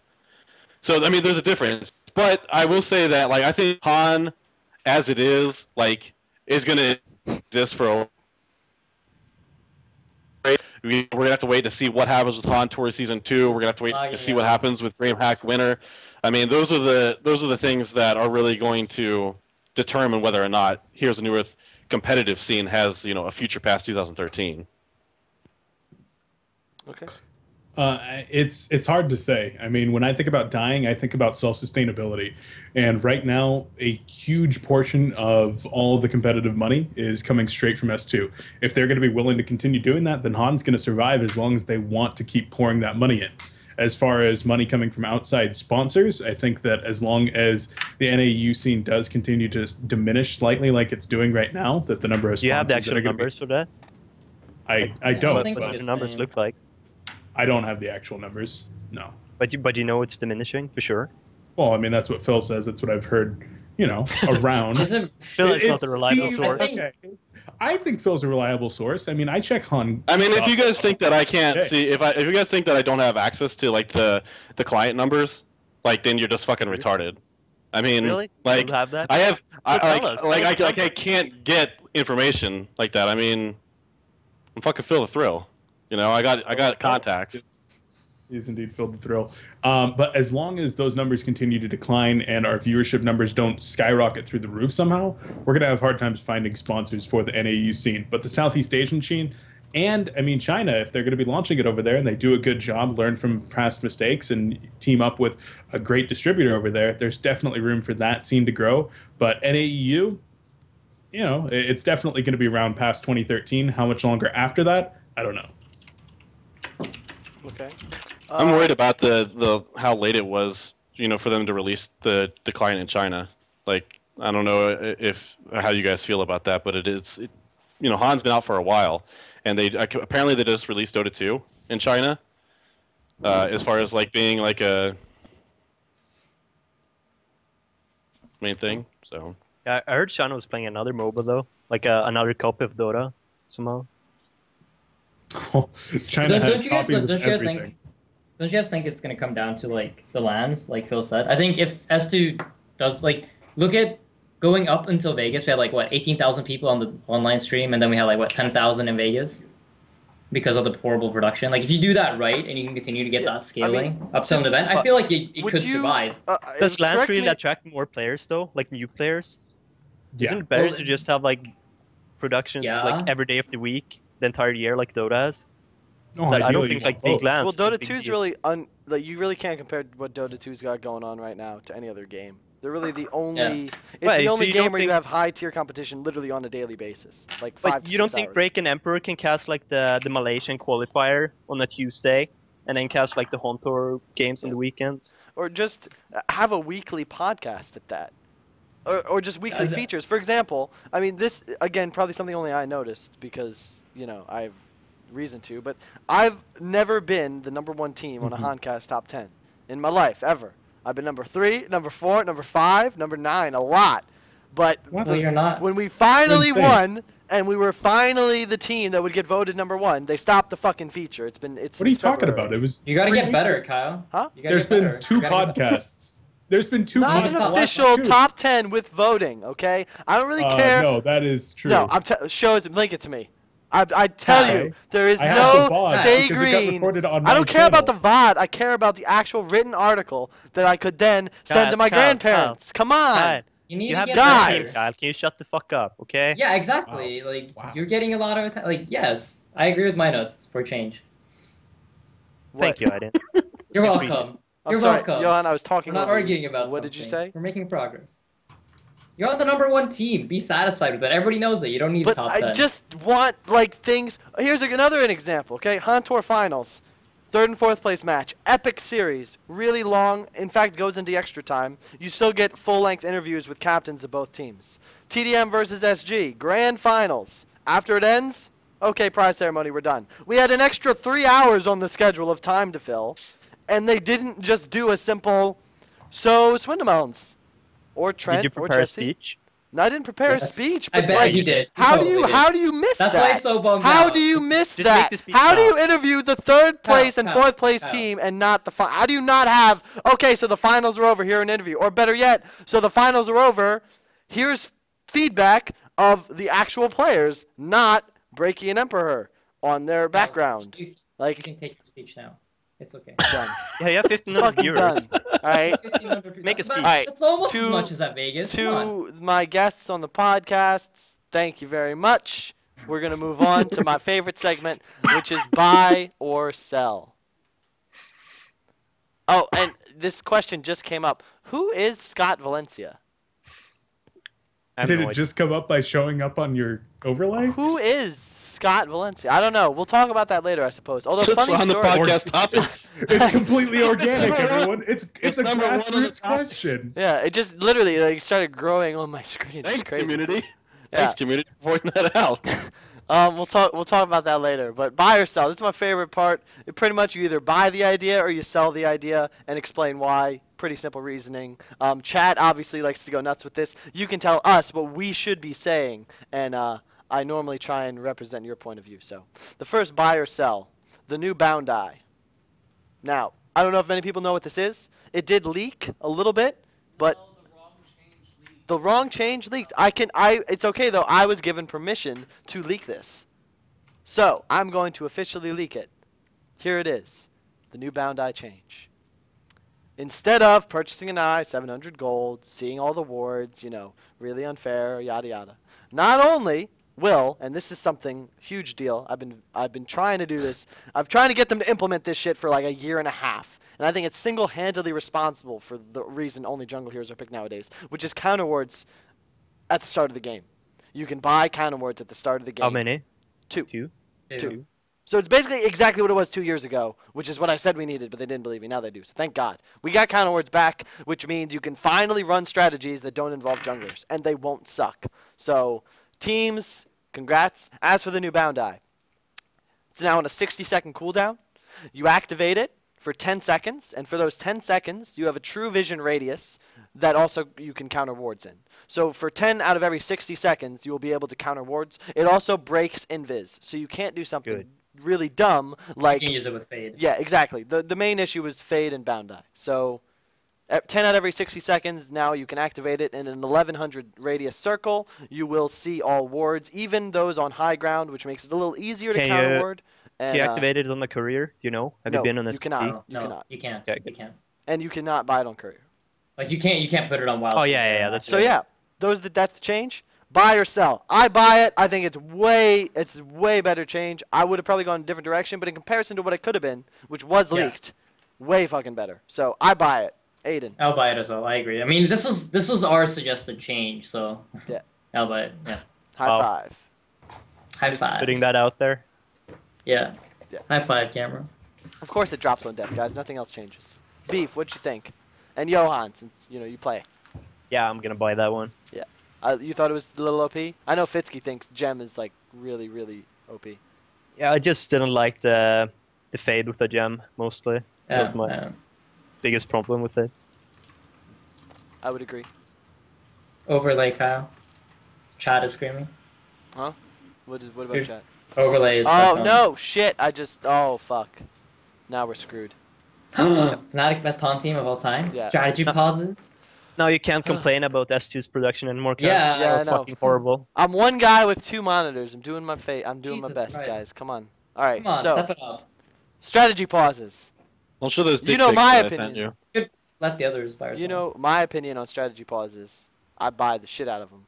What do you guys think? Specifically, strategy pauses at LAN. Do you think you can just do it whenever, or should there be restrictions involved? We'll start with Phil because we skipped him last time. And I don't think there should be any restriction on pauses, especially because it's different.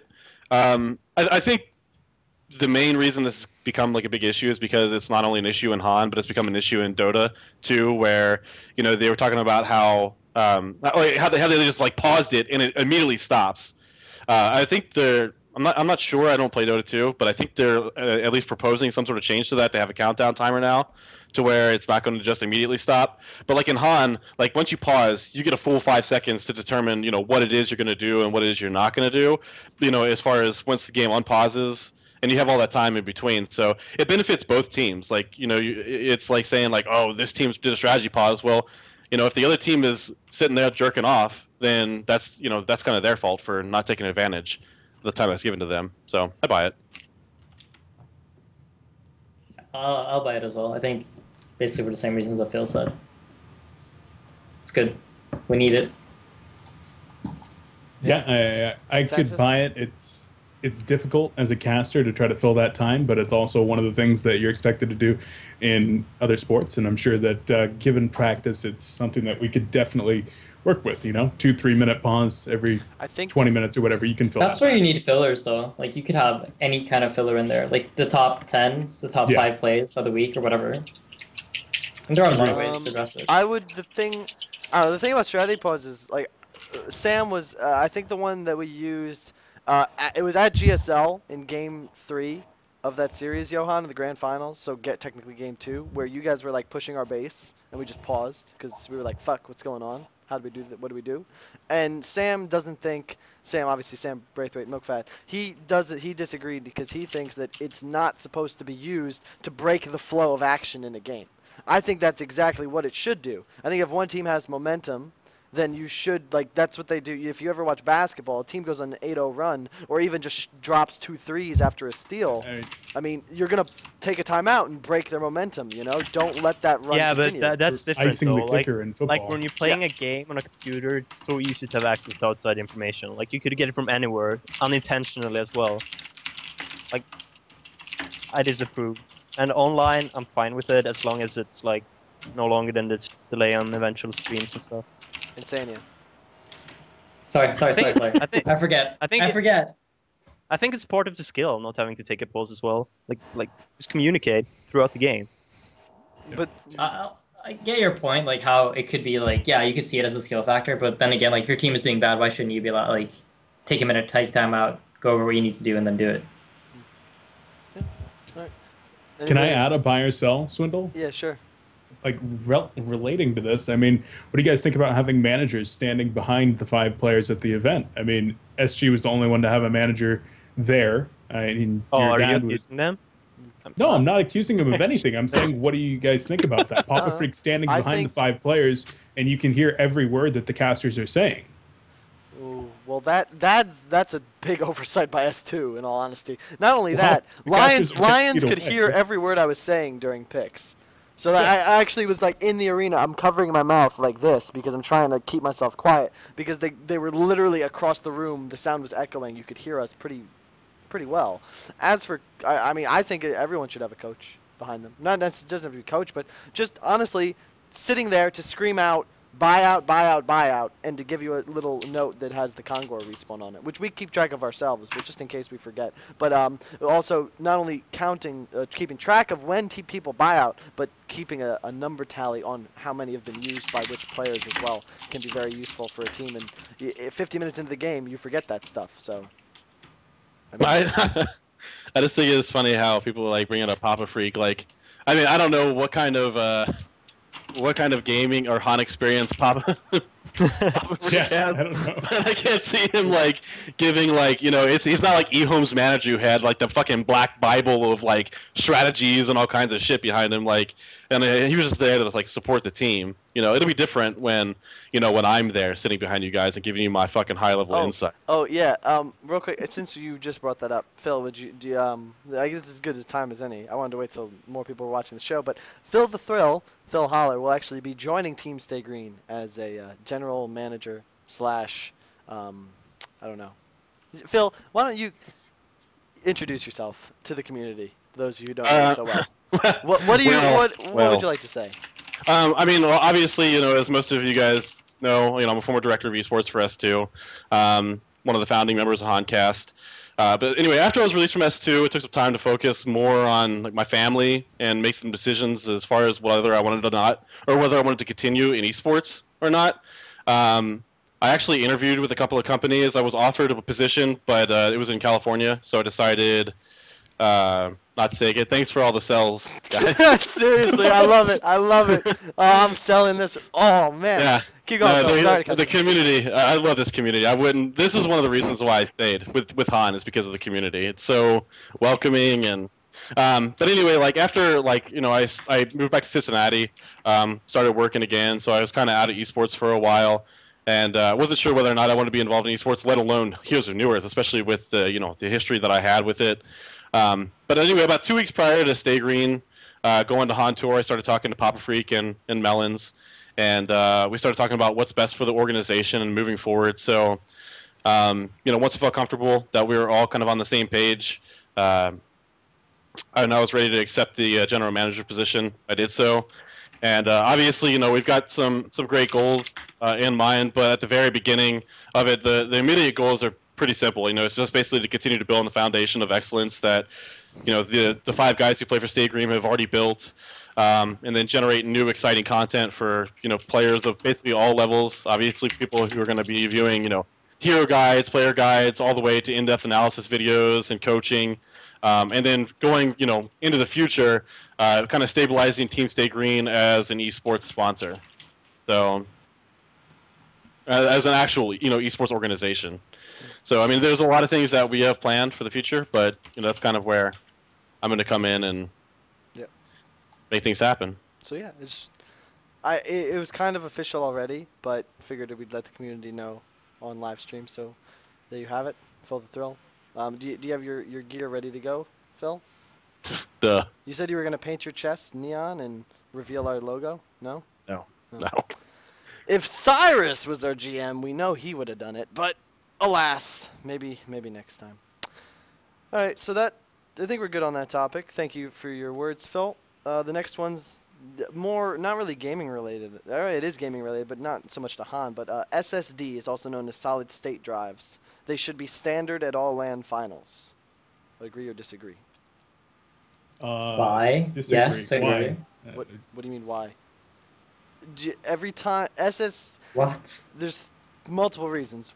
One, or rather, this isn't necessarily every computer at a LAN final should have an SSD, but I personally think every gamer, or rather, for example, Riot, I think you should give an SSD to your players, like to the players competing, and then they can save all of their settings and shit like that on it, pretty much. Because right now for Han, for example, in order to you log into the computer like it's a totally different type of game. You know, you have to download all of your programs. You have to do all sorts of things. I think they should just literally hand out SSDs that you then bring from your home, plug into the computer. You're basically playing back at home. I think that should be standard for all esports events. Just in general. And if not that, at least put an SSD on the LAN computer so that when it crashes, it doesn't take another 3 or 4 minutes to reboot everything. But I think that I think that would change the whole. It would just make things so much more smooth and professional as far as changing players on computers, etc. The other way that you can do that is you can take your 55 kilobyte document settings folder from Han and just bring that and replace the one. It's not only Han Han though. It's mouse sensitivity, screen resolution, it's a lot everything, more sound levels, Skype. Skype, all that stuff. I don't know. Which right. voice program are you using? Like, what's your? The point is, right now, the biggest problem with esports, in my opinion, is delays. Yeah, delays are killer. True. Everything is delayed because there's always going to be, especially in team games, a 20 to 30-minute window where people are getting set up. Anything that can be done to reduce, like imagine how simple it would be if you switch out the guy. He takes his mouse, his keyboard. The next guy comes in, sits down, plugs his stuff in, plugs in his SSD. He's good to go right now.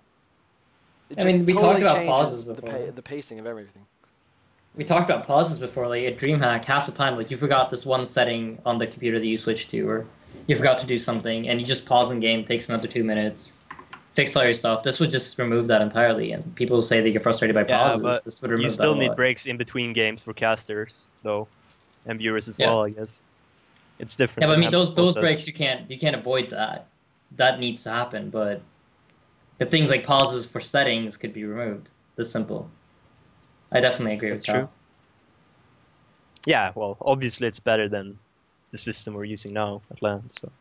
Yeah, I could see that. And just to quell the viewers saying, I'm sorry I fucked up production a bit. I'm looking into hiring an outside team for my next show. So bear with the failures for now. It will get better. Well, just think about it this way: you have at least 7 more opportunities before somebody will actually create a Reddit post about it. True. And hold you accountable. That is good. That is good. Okay. I think this is the last one, and another, in my opinion, really, this is actually from a viewer, and after this question, I'll be, no, we won't be opening it up for viewers just yet, but this was given to me by a viewer, and I thought it was a very valuable contribution, which is, buy or sell, esports organizations should sign players to individual contracts, even in team games. This would, in his words, would add for increased stability and seriousness as far as competitive players are concerned. Do you guys agree or disagree with that statement? Well, I definitely think some. I think some individual players deserve to have better contracts than others. Like if they have a real popular stream, for example. Yeah. I mean, but obviously, I don't think it would help morale in the team. Not morale, not for morale at all. Just to benefit esports as how would it benefit esports? Because then you could actually provide reasonable contracts to the people that actually bring in viewer numbers and growth. For example, like the best example you can think of is Complexity and Moon Meander. Yeah, because Moon Meander's probably got more fans than the other 4 combined. Yeah, he's probably the reason they got picked up, right? Yeah, he's probably he is like the reason they got picked up. So I think it totally changes their interactions with the organization if, you know, Moon can actually get a decent contract for himself. I mean, maybe he does. I have no idea what their actual contracts are. But right now, normally, if stayGreen wants to go join an organization, we're going to sign a contract as a team.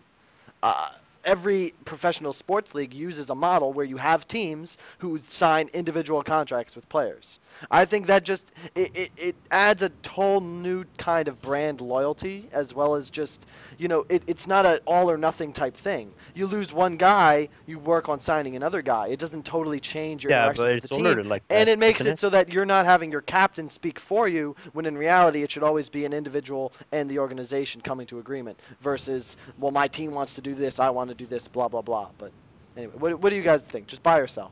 Phil? I buy. Johan, you buy? I buy. Yeah, I mean, I think that's. I don't know that it really changes the important dynamic of what signing a team is, because you're still getting all 5 players, you know, on the team. You're just giving them individual contracts, which allows them to, as you said, have more brand loyalty. So I think it's a good idea. I mean, I think that is what makes the most sense.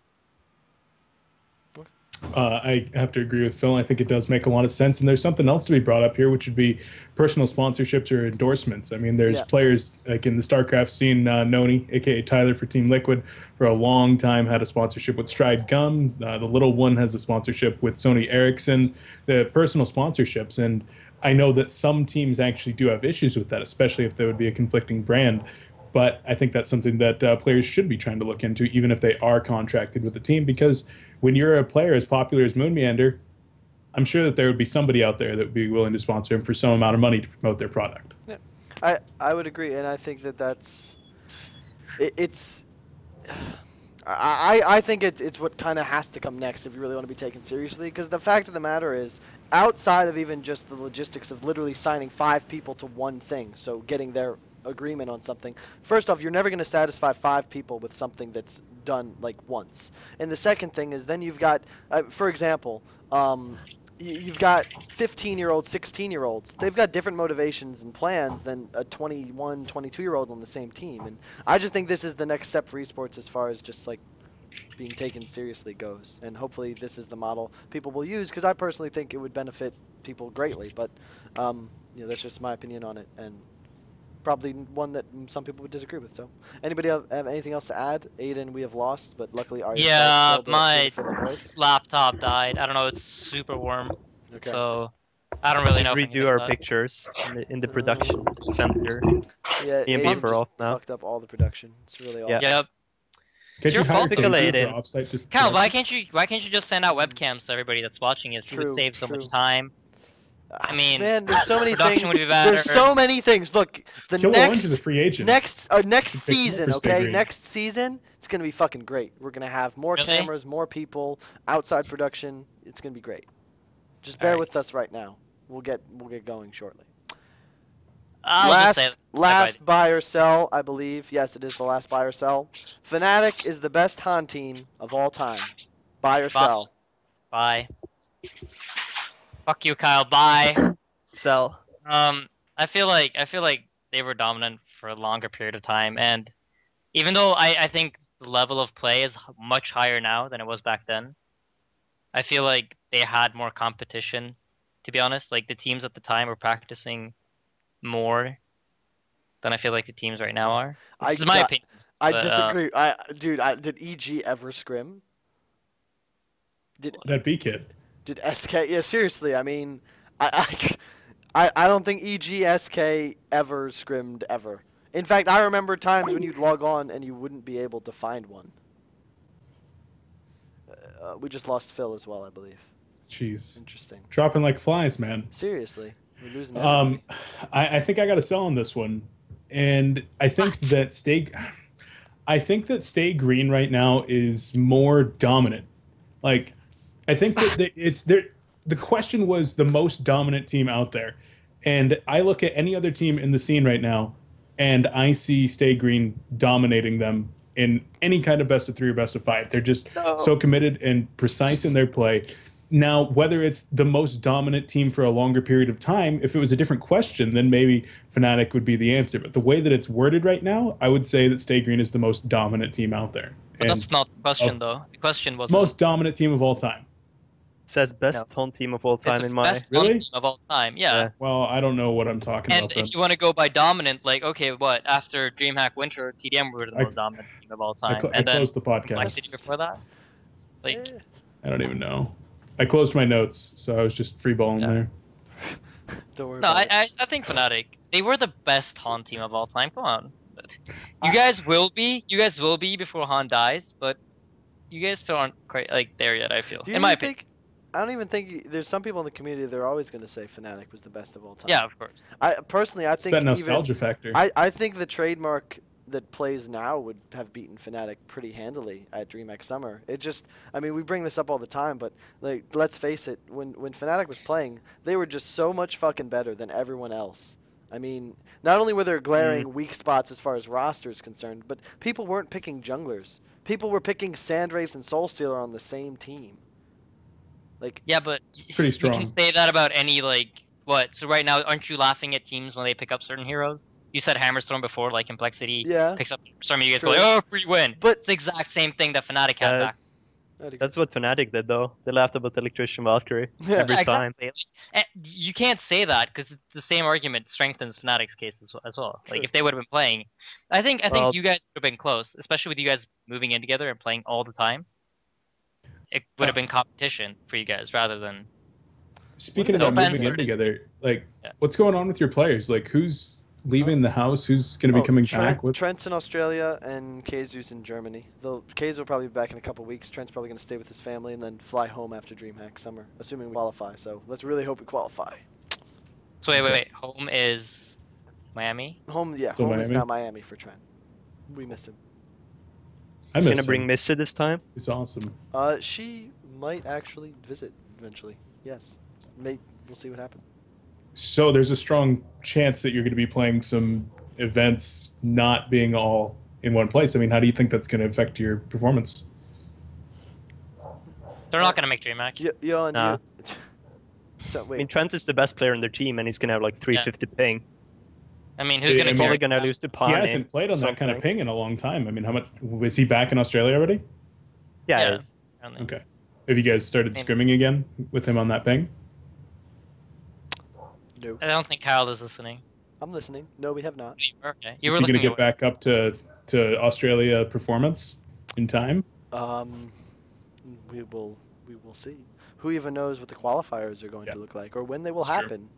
It's true. I mean, you either adapt or die in this meta game. Whoa. Aydin, anything to say on that? Adapt or die? Mm-hmm. I'm facing it right now. It feels like can't run Riftwalker anymore. Gotta pick some real heroes. What? Isn't Riftwalker gonna be insane? Phil, you have anything to close off on the topic with? Nope. He's gone. His camp's frozen. He's out of here. But from personal experience, I'm gonna say that SG is definitely the best home team of all time. Like, I even think that Old Lions was way better than what Fnatic was at that point. And the Fnatic that won DreamHack Summer, I mean, come on. Like, I got to the grand finals with TT eSports. They had 2 ringers. I had played Diablo for like 4 months straight, and we still made the grand finals. Like, the competition they had then was not very good. I think that's a good point, because you had Frey making the finals 2 consecutive DreamHacks with ringers both times. And they had Bobo and you. Like, think about it. When you're thinking of a championship team, sure, you've got Slicks. You could compare him to, a Jordan, something like that. But then you've got a Diablo playing ringer, playing like Suicide, which was Johan. Bobo, who's an Australian male model who just came to play the tournament. Leon Black, Bobo's amazing, who requires no introduction, and then Maravis. I mean, does that really scare? It wasn't Maravis. It was Dave. It was Dave. So you have someone who doesn't speak English. Oh, no, yeah. No, Vitalaba. Not Dave. Vitalaba. Dave. It was Vitalaba. Okay. Vitalaba. So that, again, Vitalaba, Leon Black, they require no introduction. But so we had two jungle players, 2 support players, and Slicks, pretty much, right? Yeah, pretty much. Yeah. Well, Leon wasn't a support at the time, was he? Yeah, I remember he played Polywog mid against Ira Silhouette. He played a lot of Magnus. Yeah. Oh yeah, he played. Oh yeah, he was playing Magnus Parasite. Magnus Parasite. Yeah, I remember now. Yeah, true. True. I don't know. I honestly, I'm not sure yet. I wish we could have played, but one thing, like, Fnatic did win 4 DreamHacks in a row, but like the first one doesn't really count because they played like Reason Gaming directly. No, qualified directly to the finals. Druids. Yeah. They went to the first DreamHack Summer 2010. They played against KD Gaming and lost. Yeah. Then they went to DreamHack Winter 2011 or 2010 when everybody else was at DYA, and they played Druids and beat Druids 2-0. Then they played Reason Gaming, and Reason Gaming was automatically birthed into the semifinals because they had won like that Swedish only competition, which was the worst mistake that Johnny Utah ever made as director of esports. And then like from that point on, I mean, like their victory at DreamHack Winter 2011 was like the first real solidifying thing. Like, this is the best team. Yeah. So I don't know. We'll see. I don't really think we can compare the two. I mean, there's obviously there's more events nowadays, but there's a smaller time frame. Yeah, but I mean the Fnatic that's currently playing Dota, I would say is more skilled than SG is. But Fnatic never practiced as much as you guys do back when they played Hon because they didn't have to. Like the competition wasn't there. I would give you that. I don't know. So say both teams get 1 year in League of Legends, which neither of the teams have played. Which team would do best? Do you think, Cal? I don't know. You'd have to see. It really just would depend on who worked harder. I think talent-wise we match up fairly well. Maybe Trent. The thing to take out of this is Fnatic's no longer playing Han. SG's got more time to prove themselves and secure the legacy. So, Swindle, you got to go win some more events so you can secure your legacy. To be fair, we haven't dropped a game yet on LAN. Neither had We're Fnatic. doing our best. I feel like we have to win like 5 in a row without losing a game, and one of them will have to not die to like sway some fanboys. But that was a viewer question, by the way. I just wanted to get the panel's opinion. Beef, just so you know, Cal, though. Just so you know, Cal. Fnatic didn't die. It'll lose the game on LAN either until DreamHack Summer. No, are you retarded? Minus the first DreamHack. Yeah, no, they had some kind of 6-3. They won 2-1 DreamHack winner 2011 against Frey in the finals. They lost DreamHack Summer, they didn't make it. They would have. TDM. Okay. What, Aydin? Say again. Yes. Aydin. Never mind. You're breaking up. Insania, you were wrong. Yeah. I was really wrong. You were very wrong. Dumb and retarded. Thank you. Shout out to Corm O Codran. Insania, dumb and retarded confirmed. Yes. I even beat them on LAN. What am I thinking? I'm really stupid. Yeah. And DreamHack Summer, just saying, had in the infamous game TDM picked both Sandwraith and Soulstealer. Had they beaten Fnatic in that game in group stages, Fnatic would not have made it out. And obviously, probably wouldn't have won the finals if they didn't. Wait, which team beat Fnatic first round? I think it was Blackfade. Wasn't that when TIG man down from the BYOC when they easily could have crushed Fnatic? Yeah. I think TIG was the best team at that event, to be honest. Yeah. They just had no sleep. I can confirm. I was part of the BYOC. We had no sleep. It was hot as balls, and like just. They made it harder for themselves as well too, because they were playing the ESM. They were playing the eSports SM event. Like way too much. Like they just played way too much Han. I mean, I understand. Like again, like I said, I take the fault for the piss poor scheduling in that event, but like they didn't make things any easier on themselves because they were playing 2 events. Yeah, I'd agree. Let's move on because kind of dry topic at this point. We're gonna. What's up, Beef? Something? I mean, I've got to say, Swindle, you and I talked on one of the nights that we were in Vegas, and we were talking about some pretty crazy post-patch strategies. I've still got to say, if you can win a game with Alonia in your first 5 games post-patch, I think that'll make you a legend. I'll see what you think Alonia is bad? No, I think Alonia is like the sickest hero ever. I think she's going to be incredible. I just want to see her played because I want to scream something about Absolute Zero. Beef. We need to do some more casting. I'll let you know the power of that hero. I want to see the new Pyromancer. No, Alonia is like my favorite hero. That's why I'm saying I want her to win. Gotcha. Like, there are so many just play heroes. The hero. Oh my god. I can't even. There's so many good heroes. Moving on to the last series, or the last topic area, I suppose. It is the rundown. Real quick, pretty much just, you know, go one after another. You get try and get your thoughts out within like 30 seconds max, preferably more like 10 to 20. Just give your opinions on the subject and, you know, run down real fast. So, starting to kick off, the most underrated player in the pro scene. Insania, you first. Go. Leon Black. I think he does a really good job on support. And generally does good. Like, when I've casted him, he's done really good. When I've watched him play, he does really good. Okay. Beef. I've been kind of sounds like Phil, maybe. I don't know. You remove him from the call? No, he's fine. It's better now. All right. Beef. All right. I've been saying Flensmeister recently. Unfortunately for Lions, they did just kind of lose a bunch at the finals, but I still think Flensmeister is a really solid player. So yeah, I'll go with Flens. Flensmeister. Okay. Johan?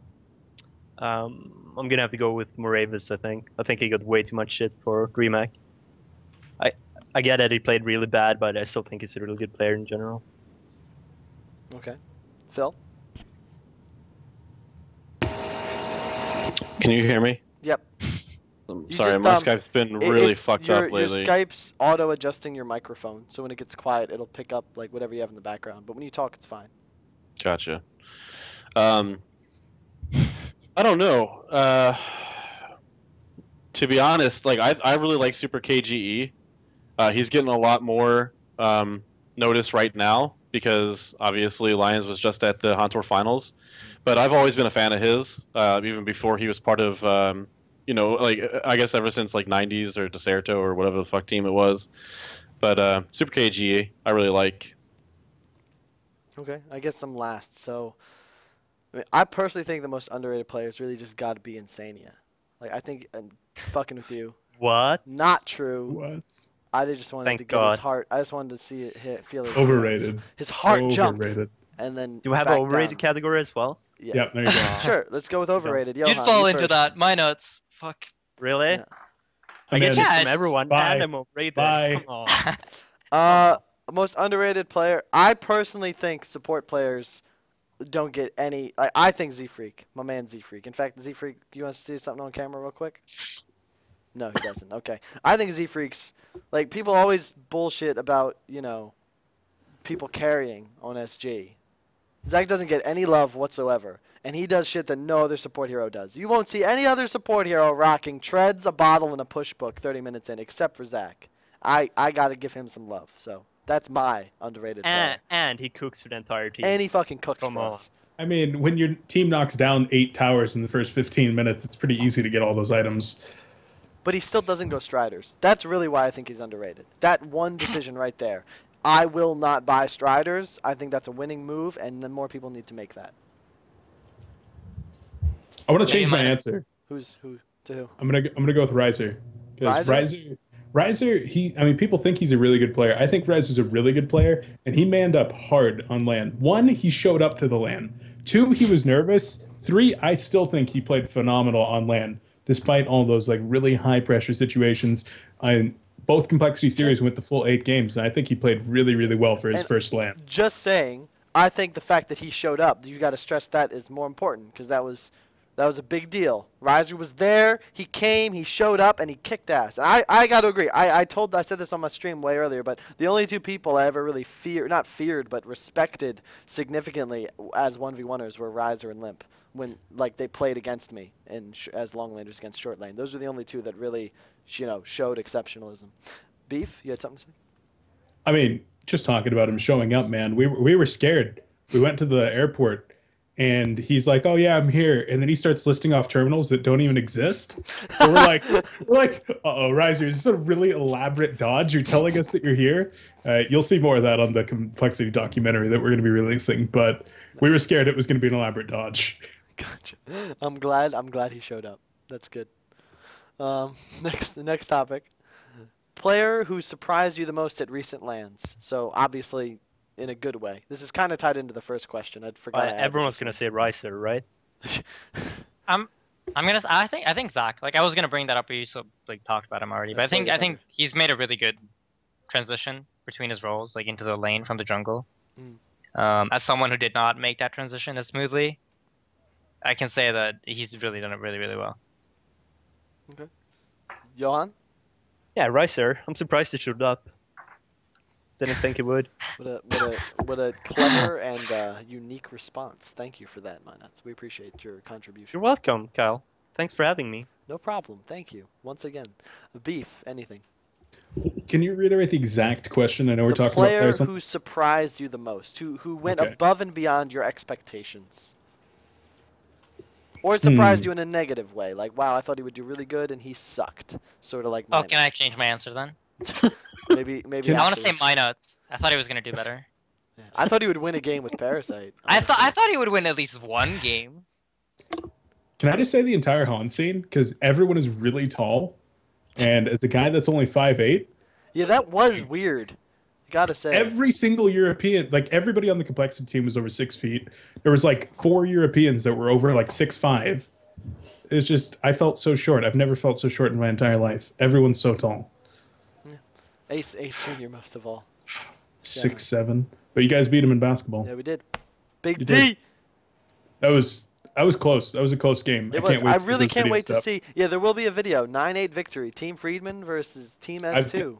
I've got every one of those matches, the entire series. It's gonna be so good. We were severely outmatched. I hope you got some of my fadeaways because I didn't make many shots, but the ones I did, they made me look like I could play basketball.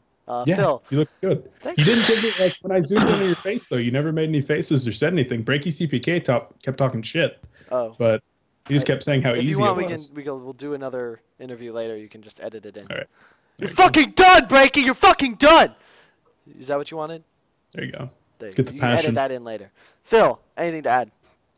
I hate to sound like the fanboy and the person who's just speaking for the community, but I actually was very impressed with Moonmeander, and I have been continued to be impressed with Moonmeander since he joined TDM back in NASL Season 2. Like, I think that every single time he goes to an event, he gets better at the event. And the only reason why Complexity won came in third place was because of Moonmeander. I thought Riser played extremely well, but I always thought Riser was a great player. But like Moonmeander, like any time there was anything close even happening in those games, it was because Moonmeander was continuing to make good plays, good solid plays. Unfortunately, I think the player who actually surprised me as being the worst or as being bad was actually B-Kid. Like, I was not impressed with his drafting, and I was not impressed with a lot of the times when he chose to initiate.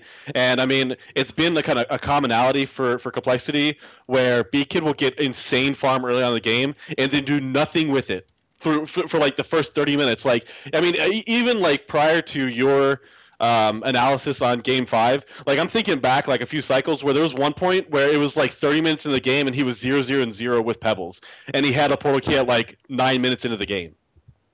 So I mean, like I love B-Kid as a person, you know what I mean? But like he has not been impressing me as far as like his capabilities at these lands. I don't know if it's really like B-Kid obviously doesn't play much Han. No one's gonna dispute that, least of all Beef, I don't think. But like there's just certain things, like he was such a good drafter in EG, and then in Complexity he like picked Hammerstorm, and Hammerstorm didn't win, so he picked it again, and it still didn't win, and picked it again, and like rinse repeat. Like I just don't get what they were going for with their whole, like, I felt like they didn't really have a game plan going into those games against TDM.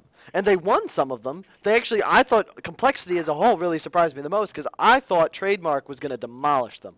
TDM and stayGreen played 20 games in the 4 days preceding the event. Complexity and Lions went to strip clubs.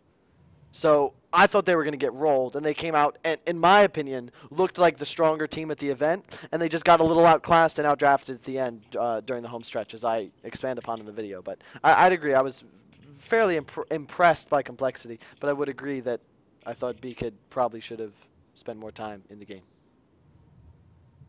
Yep. Anybody have anything to add before we move on? It's got some awkward silence going pretty quickly. Yep. Mm-hmm. Nope, move on. Go. Next question. I'm gonna let that linger. I want to talk about Insania's ban. Can we do that? Oh. That'll come at the end in the viewer questions. Okay, because, cool. Some viewer just asked me about why. Actually, there it is again. Kyle, ask Insania why he got banned, who he thinks is responsible, and what he's gonna do about it. Interesting. Who asked that? I'm really curious. Who asked that? Some guy. S2 hero that will be viable, tournament viable in Season 2. So a new hero that will go into lock pool for the new season that's going to be instantly viable. Aydin, you're the SBT, or at least you were, SBT guy. What hero is going to be new and can you just name the heroes, crushing? all of them? I don't know. I'm going to say Pearl. Like, does it have to be a new... Oh, yeah. Does it have to be a new Any hero going into lockpick. Any new S2 hero going into lockpick. There's what, like 7 heroes going in? More than that. I don't even know how many there are. Like 12. I lost track. I thought there was only like 7 or 8. It's like Lodestone, it's Pearl, it's Ugi, it's... Oh, yeah, Ugi. I guess Salmon? Lodestone. Salmon? I don't know. Grinix, yeah. Grinix going in, but he's awful. Solstice, of course. Bones, man. Solstice. Oh, yeah, Solstice. Yeah. Is Bushwhack coming in? Yes. Yeah, Bushwhack. Really? Yeah. Bushwhack? No? I think Bushwhack's going to crush. It's such a good hero. He's so good. I feel like he struggles to get farm. Like to find it early. No, it's the exact opposite. I'm pretty sure that Solomon and After are the people who are not going in, right? Solomon and Prisoner. Prisoner are not going in, but everyone before them are going in. Pretty sure. I think so. By the way, Kyle, remember DreamHack Winter when Burrow asked us about the hero? If we if they wanted to make a 625 range hero? What about it? That's Bushwhack. It ended up being Bushwhack. Really?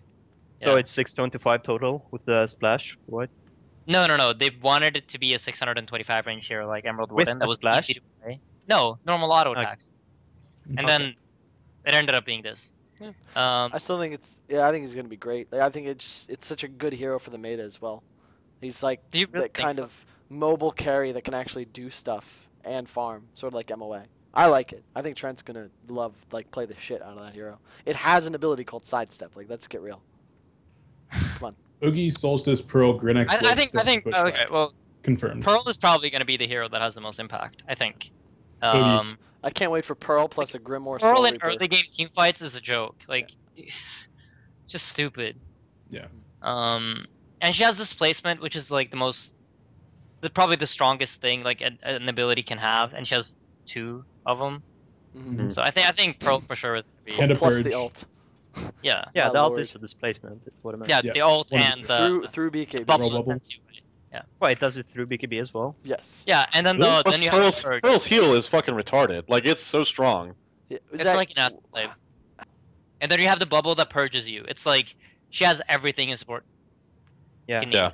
Oh, She has She's counter really and good. she has- as Zach would describe, it's a non-channeling Rhapsody ultimate that also throws you back through BKB and heals. Is that correct? Yeah. So it's Yeah, basically more- Rhapsody ult, dance floor, and a pushback all in one, and it's not Rhapsody channeling. and one ability. It's Rhapsody and one ability. Yes. So And it goes through BKB. So no, basically, we ran out of ideas for heroes, and we thought, well, let's take this one and this one, and then put them together and make it better. And they made it look bam! like a League Pearl. hero. And they made it look like a League of Legends hero. And it's League So- of Legends, yeah. But it's a female, so maybe we'll get more plushies and money from it. Oh, true. Probably not, but it was worth a shot. No, that's how it works though. You know, in League of Legends It they have is. skin. Yeah. The more expensive the skin, the less clothes they have. See, that's Really? that's the concept. Yeah. That's That's why Lust Empath's like 900 that's why gold. Riot's got millions of dollars and Exactly. And on Millions. billions I don't know of about that. dollars. Sorry. Billion. Millions of players, billions of dollars. All right. Next topic. Best free agent left on the scene, aka person not in a team. You can also say people that kind of joined rosters not officially. Who do you think the best player outside of, let's say, the guys in the call and the people that went to DreamHack, or not DreamHack, to Hunt? So not me, guys. I'm Yeah. not available because Yeah. I'm on the call. Who would you I say? am the 8th man for complexity, so I think I'm not a free agent. Let's start with Johan. Best player. Oh, left on no, the no. I need to think about this one. I can go first. scene. Okay. I think it's Tankafat. And not only because he's the best player skill wise, but because of how he's like he really gets it. He knows how to play in the competitive scene. He knows what to do. He hasn't been playing for a long time. He just came back from a very long break. And he's instantly like I think even beat TDM in the first Serious Business Cup. Really? With Well- a bunch of players that haven't really been able to make it before. I feel like I mean, they did have a brutalizer Flux on their team. Like Yeah, that game. I mean, that's you know. okay, I'm not sure I what was happened. playing in the game, Flux and I went to Utilizer, so I mean, I don't you know were what playing happened. Flux? Yeah, that's what I'm saying. There was a gladiator without an assassin's shroud. Like Okay. It Well, was I don't know Throwback exactly, but Thursday. I still feel like he's made a really good show on the scene. He's played really solid. He's kind of got the drafting thing. He knows what to do, and I feel like he's kind of making it work for a lot of players that haven't really been able to before. Okay. That's my opinion. It's hard to say. Like a free That's agent, people are in chat are spamming Zepro. And Probably agree Pew. Pew. Yeah. No. All right. Pew. The team Wavia that just made it to the Serious Business Cup finals, like they seem to be doing really well as a team. Zepro, of course, being a part of that team at least for now. I don't know. It's in there. I think that Krebson is still an extremely strong player and motivated, and he's going to be an asset to whoever picks him up. Yeah. I mean, could you say Skyzo? Because I mean, the question is it just skill wise, or is it like who's gonna have the most success? Right. Like I probably would go with either like I really like Rape and Fane, and I also really like Pablo McDad. Like I think all three of them are players that add not just a great skill player, but they fit well with most of the people. Like Pablo is probably one of the nicest guys, and I think he fits well with pretty much any team. Like he's got a high skill level. So I just realized I said I really like rape. That's a soundbite. Yeah, gang rape is fun for 9 out of 10 participants. But yeah, I mean, I would say probably I really like Nier and Pablo, rape. I like Book. Like I don't know how seriously he's playing anymore, or like if he's continuing to do the Pikachu thing. But I mean, those are people who are, I guess isn't it Rape or something? It's like some sort of snooze, isn't it? Rape. We call him Rape in cast because you don't want to be saying rape on casts, but it is rape. He's gotten like banned so many times for his account, and then he just switches it and then switches it back. Shout out to S2. All right. Yeah, beef with S2 for any reason, Aydin? Nope. Okay. Nothing in particular. Hang on. Don't get ahead of yourself, Johan. I'm hyping it up. I'm hyping it up. The viewer questions are gonna get here eventually, and then we'll be able to. Mynuts, did you ever ask or answer who your best free agent was? Is Cookies considered a free agent? Yeah. Yeah, sure. Yeah, I'm gonna say What? Cookies then. he plays for AL. He plays on AL. Yeah, I agree. Yo, is AL still a team? I don't know.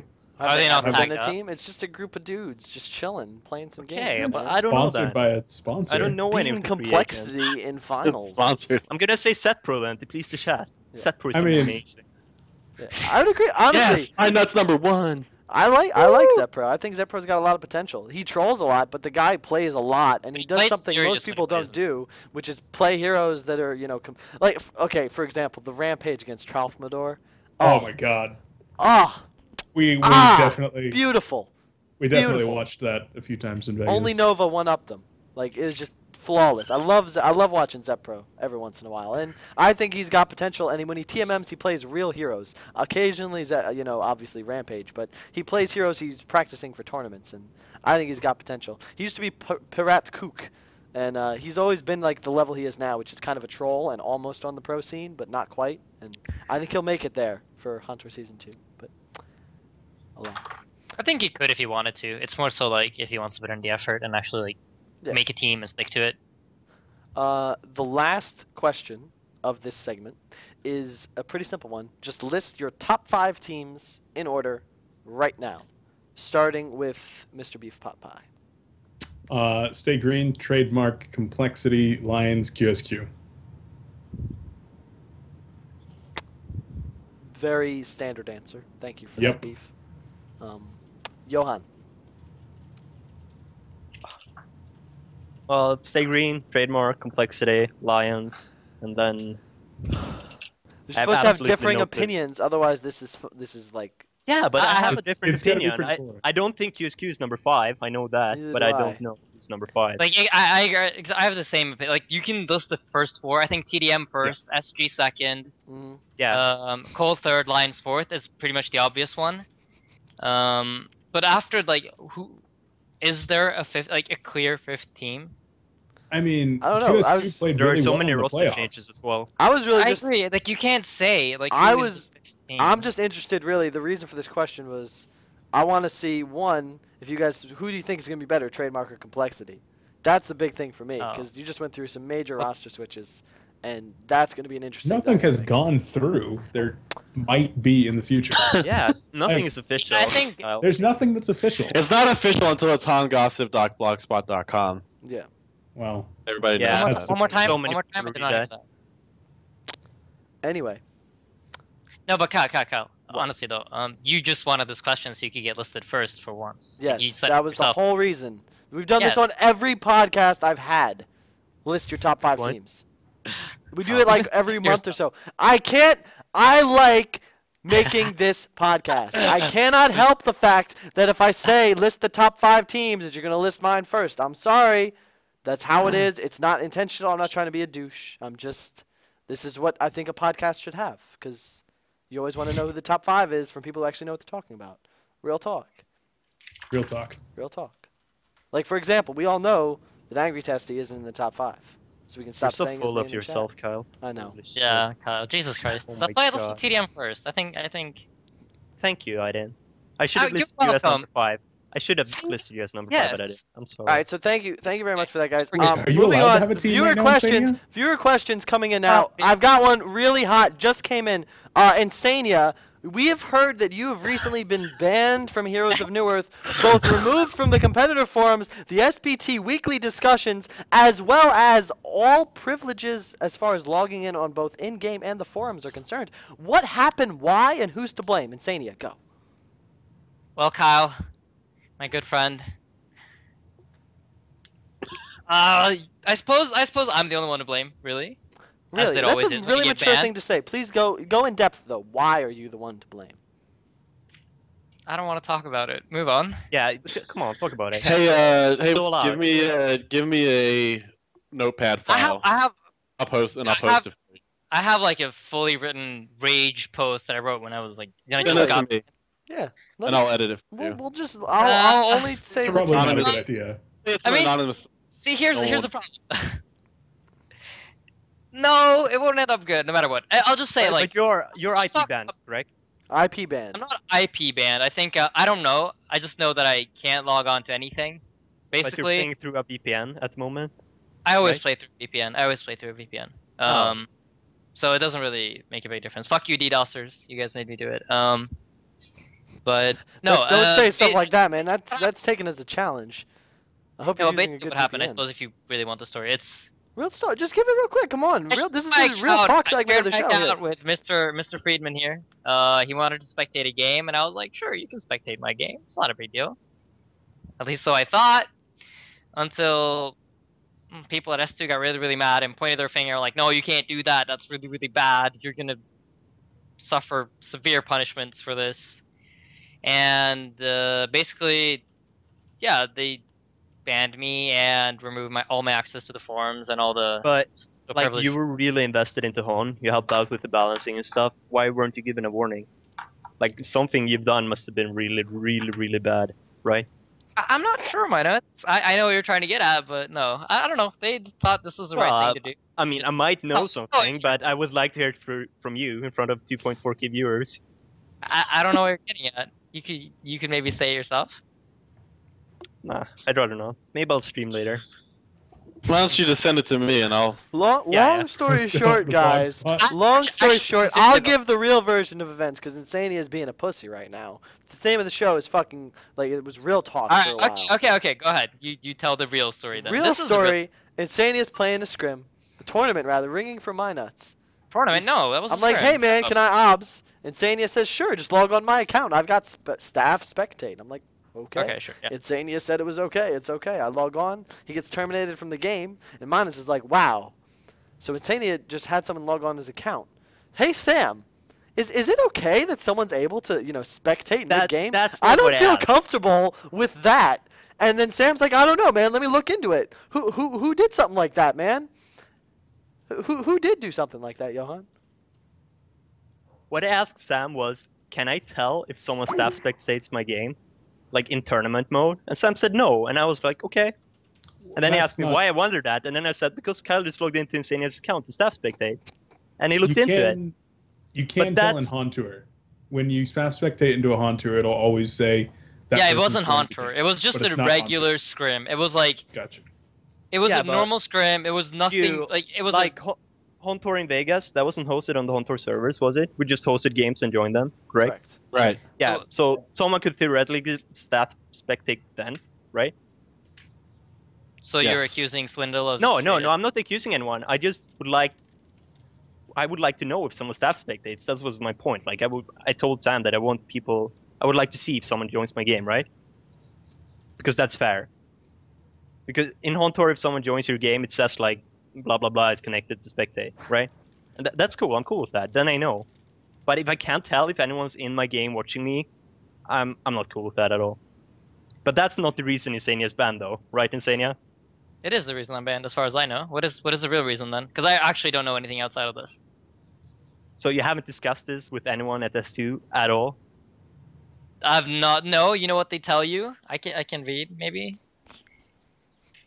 Wait, I'll read what they told me. The people that I interact with the most. Scrolling up the chat. Wait. Kyle, what is wrong with you? What? I can't. I'm just going off the script, guys. I send you all this beforehand. You should know what's going to happen. So we've cleared that. You got suspended, and I have to remove you from Skype. That's basically what I was told. You cannot be affiliated with us anymore. Damn. It's about. That's Insania. Yeah. Let's be real. How many people had logged onto your account to use the staff specking mechanic? I don't know. He lost count. You don't know. He lost count. He lost count. Was it only Kyle? No, it wasn't only Kyle. Is the reason you're banned that I told Sam that you got disconnected from us? No. Did I ever blame you for that though? I didn't. I even when you said I'm sorry, I was like, yeah, it's cool. It's not your fault. That's good. Yeah. Would you guys like to? No, I'm not accusing you. That's Insania and I. We're still friends. Like just so everyone knows. Can you guys just maybe like affirm that on live stream just about even though Johan not only snitched on Aydin and got him banned, they're still friends. Just clarify that for me. How does that relationship work out? Me and Mynuts? Mm-hmm. It's a hate-love relationship. Yeah, pretty much. Yeah. It's like you and Trout, Kyle. I mean, Aydin's a cool guy. He just only love there, Phil. Only love there. no love lost. That's for sure. No, but Mynuts, how many people was it then? If you seem to know that I don't. I heard the number 12. 12 different types. 12 people? No. Yeah. All I know is from the people who I've been talking to at S2 is there's been a lot of house cleaning, not just within like their own employees. They've been restructuring and moving people who were in some roles to other roles, and people who were in some roles completely out of the company. And that doesn't just go with like people who are at S2's office, but also people who have been working for them. That goes like there's been administrators who are going by the wayside, forum mods. It's like S2 is completely restructuring everything. And like they're doing a lot of different things as far as they're starting to do random IP checks on players. They're watching for more multiple login usage and stuff like that. I mean they're just taking everything a lot more seriously now, and this has all happened within the last 2 weeks where there's a lot of people and there's a lot of old stuff that's coming up too. It's like when we were doing the Dream Online Server Championships and we found out that Cat Lomain was ringing. Like I went back and looked at that team, and there were so many IP things that I didn't even bring up in those posts because like I didn't want to like try to retroactively enforce something because that's not fair. Like you're supposed to like make a ruling and then go by it from that point on. But like there is so much dirty ringing going on in competitive Han. Maybe not now with Han Tour system coming out, but like it's been such a problem that what. You disagree? There's a lot of dirty ringing in Han Tour as well. Right. Well, I'm not saying that Han Tour is exempt from it. I'm just saying that the amount of it prior to this, because like who the fuck cares if you're dirty ringing for a tournament that gives you 10,000 gold coins? Nobody gives a single shit. You know what I mean? Like who cares if somebody's dirty ringing in Pew's mousepad tournament? Nobody cares about that. Maybe we should bring this up. Why are we even having this discussion about ringing? Why can't you just make a rule that says if you didn't play in the tournament yet, you can play?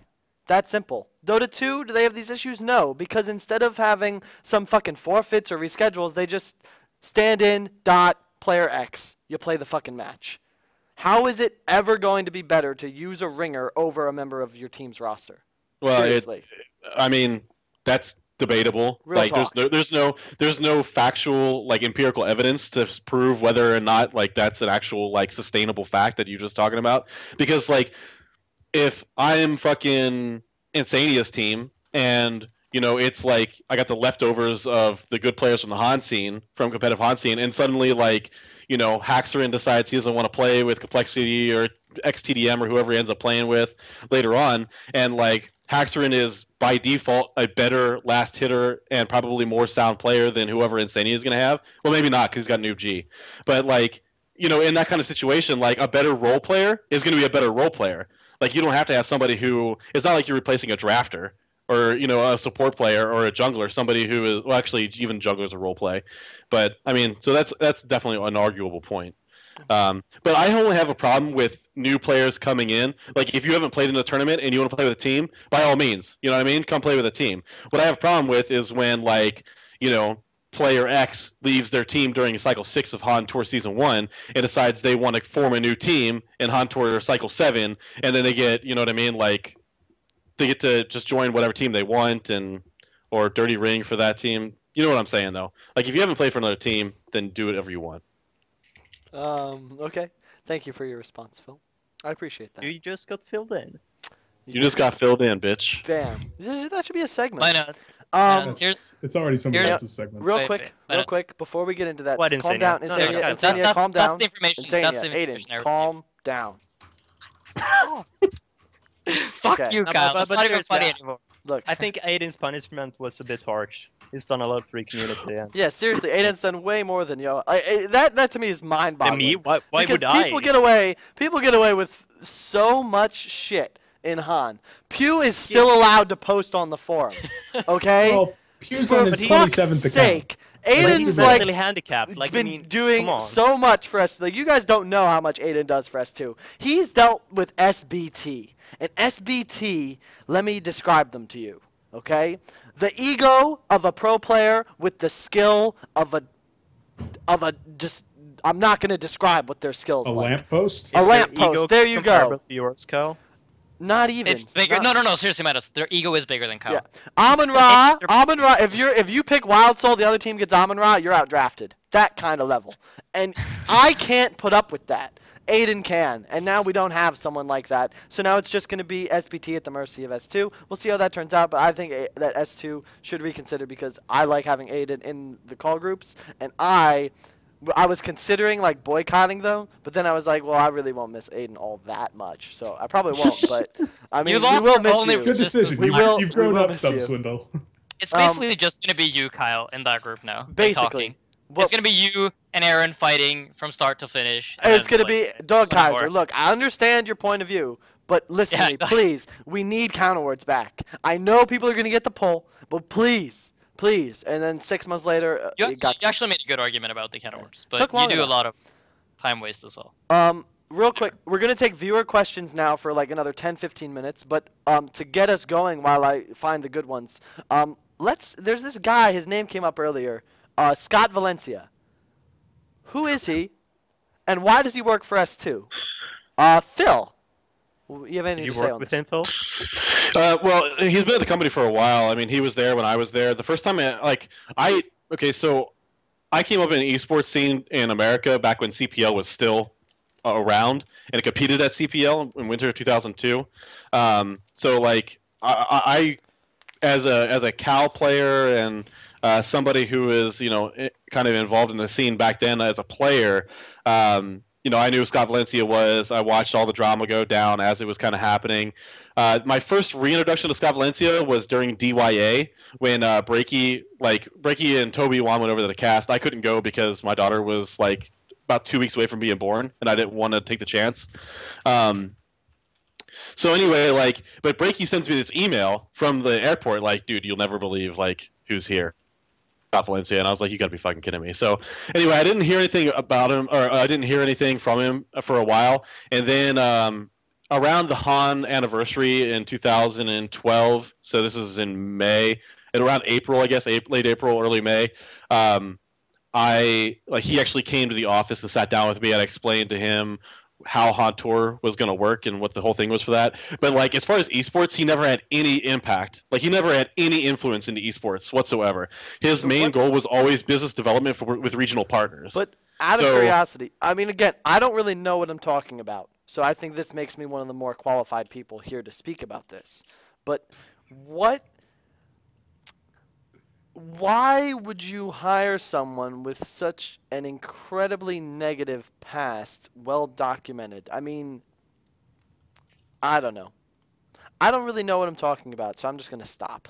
If he's got the contacts, he's got the contacts. If that's what his job is, to secure contacts in the eastern regions of Asia and Southeast Asia and stuff. I mean, he's lived in the Philippines for ever. You know what I mean? And the Southeast Asian gaming scene has always been bigger than the NAEU gaming scene. No matter what game it's been, except for maybe Counter-Strike 1.6, the SEA region, you know, whether it was StarCraft, I mean, obviously like Korea, but that area, they're all connected together. So, I mean, if you get contacts with those companies and you can make things work, like I guarantee that Scott Valencia has made S2 games millions of dollars. Maybe even tens of millions of dollars. There's no question about like the guy's ability to make connections. Now, whether or not like you want to buy into the shadiness of his past, which is documented. However, and like I'm not just saying it is also his past. It is documented that he does make money. Sure. It's just a question of whether or not you actually get paid any of it. But I would say that yes, he definitely has a past. Let me break it down for you. Are you a business? If you're a business like S2, what's your goal? To make money. Is he making you money? Is it very it's just like when you were on Too Good show and like Too Good was saying like trying to downplay like you as a professional esports player because you play Han over Dota 2. Yeah. Like that was very much what he was trying to say. And what'd you say? The money spends. You know what I mean? Like the money is very real. It's the same thing. Like obviously, like I mean, I can sit here and slam Scott Valencia because I am connected and I know all the things that happen. But what I'm going to say is that S2 determined that their goal was to make money as a company. They hired somebody in who they thought was going to make them money. That person made them money, and that money was real.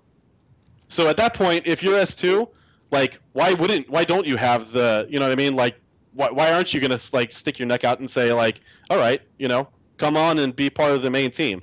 Now, if this comes in the future something happens and like he completely fucks S2 over, then S2 can't say, "Oh my God, we had no idea this was going to happen." You know what I mean? Because then you'll be able to say like, "Well, you should have done your fucking research." And obviously they have, because Malakin has stated many times that my biggest problem with what Malakin said, by the way, is that he's like, how are we just supposed to trust some blog? Like, these aren't just some blog posts. These are well-respected, some of the most, like, most well-known professionals.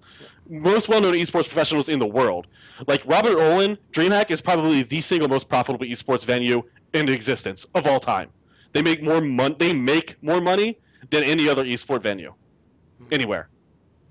So, I mean, like, to say, like, he's just some guy, and that's just some kind of blog post, like, and that blog post has been published on Complexity, obviously. It's been published on SK Gaming. It's been published on multiple esports websites, Got Frag.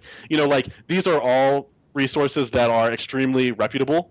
So, with that being said, like, I don't think that Malakin can just say it's some blog, so I was disappointed at that. But he makes money. You know what I mean? And as long as that money is real and it spends, then, I mean, can you really fault S2 for employing somebody who's going to make you $20 million a year or something like that? Like, we've come a long way from, I believe it was January 2011, when it was posted that S2 would never allow a player to buy a competitive advantage.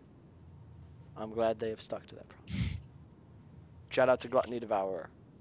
Thanks. They fixed that, right? No, they didn't. They did, but it took like 3 lands of really retarded How did your favorite S2 employee, Dangerous Dan, not like notice that? I don't get it.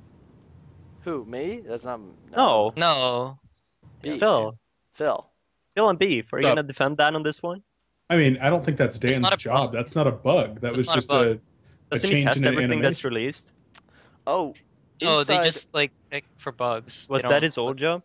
I don't even know. Wait, we forgot. No, Dan has no say over like alt avatars and like art and models and shit like that. His goal is to make sure that when Devour hooks somebody, that it does 400 damage at level 4 and not fucking 1600. You know what I mean? Like, as far as who determines what alt avatars do in their animations and shit like that shit's all outsourced. That's all third-party stuff. Like, I mean, that they hire some Chinese company out probably to do that crap. So, I mean, as far as the art and the models and how they interact and stuff like that, I mean, that's not Dan. That's somebody way higher than Dan as far as, who makes those decisions.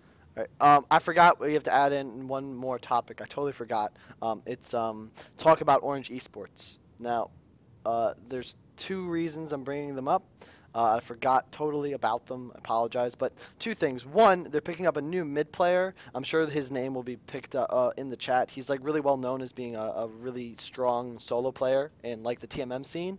But the team they lost to that actually knocked them out of contention for the DreamHack spot was Wang Wang's team. And the reason that's notable is because Wang Wang, contrary to, I assume, the only opinion out there, like, he didn't leave Orange Esports to play Dota 2. He got kicked, like, right before the event. And I think them kicking him really affected. I think they would have beat us with Wang Wang in that game that they lost to us at DreamHack. Or not DreamHack, at GSL.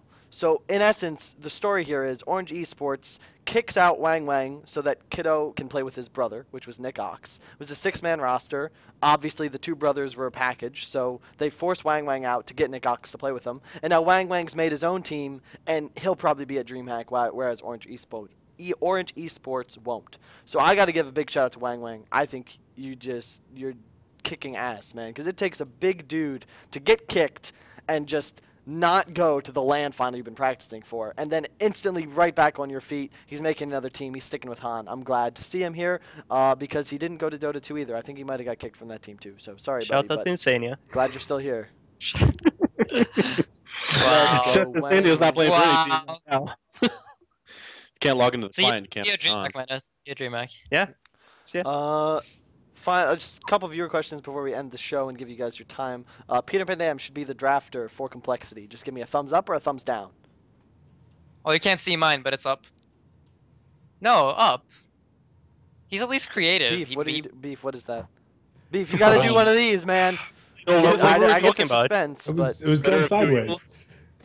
Yeah, sideways means you're undecided. You gotta. Yeah, no. I mean, I think he should be like a co-drafter with B-Kid because they both. I mean, I've talked with these guys extensively while I was there with them for 8 days in Vegas, and they do have like some collaborative drafts, and they both have faults and they both have really strong parts of their drafting. I think the two of them working together like can actually work somewhat well, but it's no secret that one of Complexity's weaknesses is the drafting. So.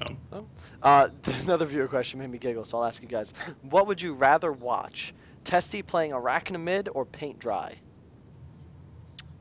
That's just rude. I would choose Arachna mid. I think he's a very entertaining streamer who adds a lot to our community. Yo, Kyle. I think he has nice hair. This is going to lead to? I want to see you and Testy 1v1 mid with Arachna. Oh, Lord. Arachna. Yeah, Arachna you just called him out. I pretty much have to now. Are you serious? I'm pretty sure that Melon crushed Testy would trash Melons.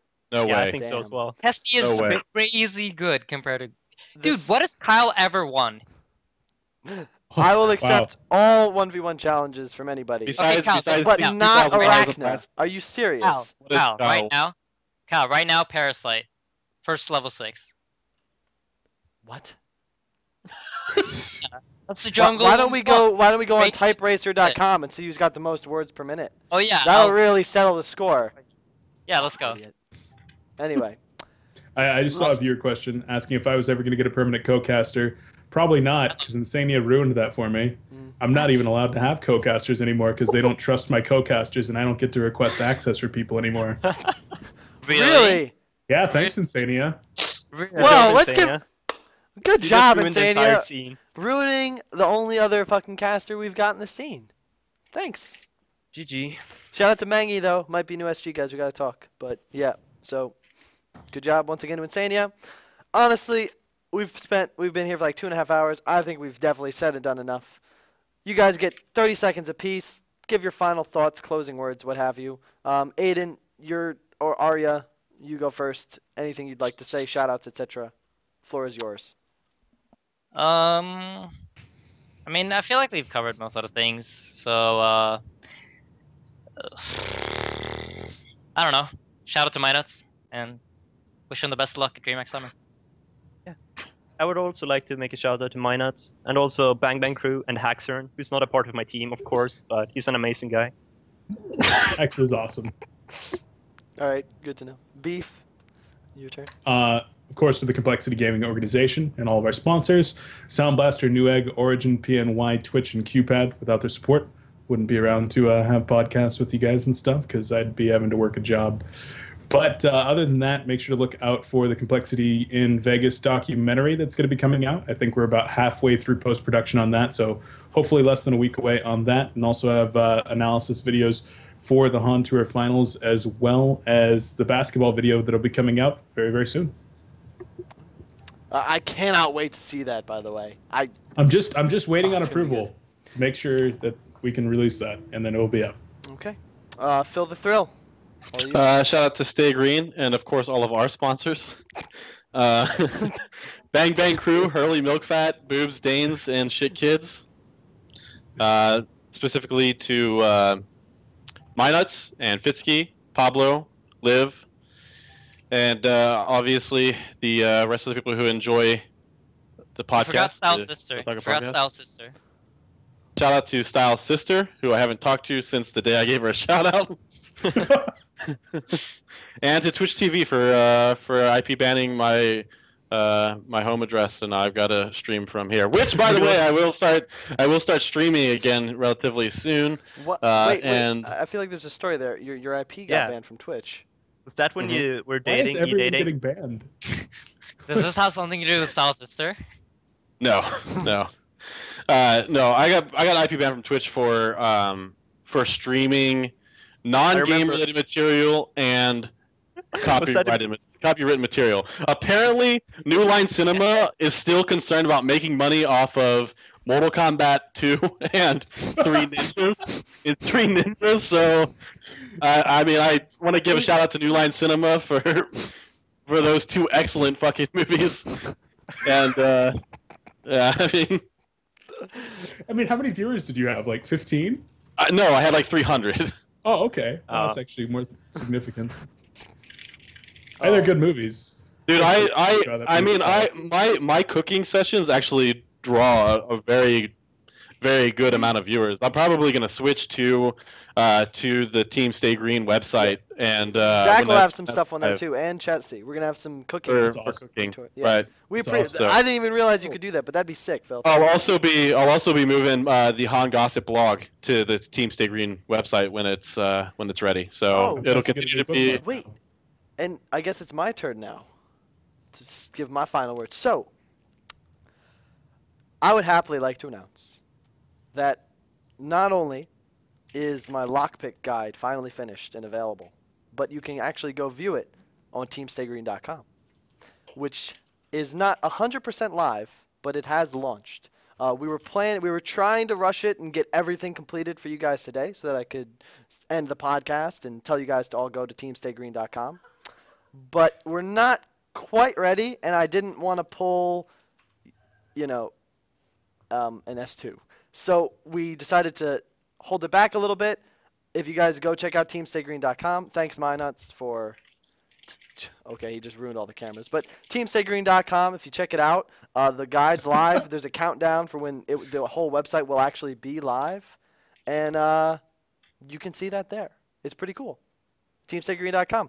Stay tuned. There's going to be lots more videos and releases and more podcasts like this. I personally enjoyed myself a lot. I hope you guys did too. Did you have a good time, fellas? Of course. Okay. So, and any final words from anybody? Shout out to Riser for being the only player for Complexity who I think still likes me. Pretty sure everybody else fucking hates me. All right, well, I like Riser for that too, I guess. Teamstaygreen.com. Check that shit out. There's a nice guide on there. Hopefully you guys enjoy it. I put a decent, not as much time as I should have, but hopefully you guys will learn a thing or two. Stay tuned for more content and updates. And obviously the launch timer is up and running, so pretty soon you'll have a new website that will hopefully feed you guys all the content you've been desperately needing thus far. And sorry that it took so long, but it's ready soon.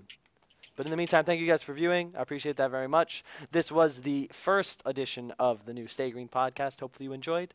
And, be the person Mr. Rogers wants you to be and stay green. Thanks. Come again.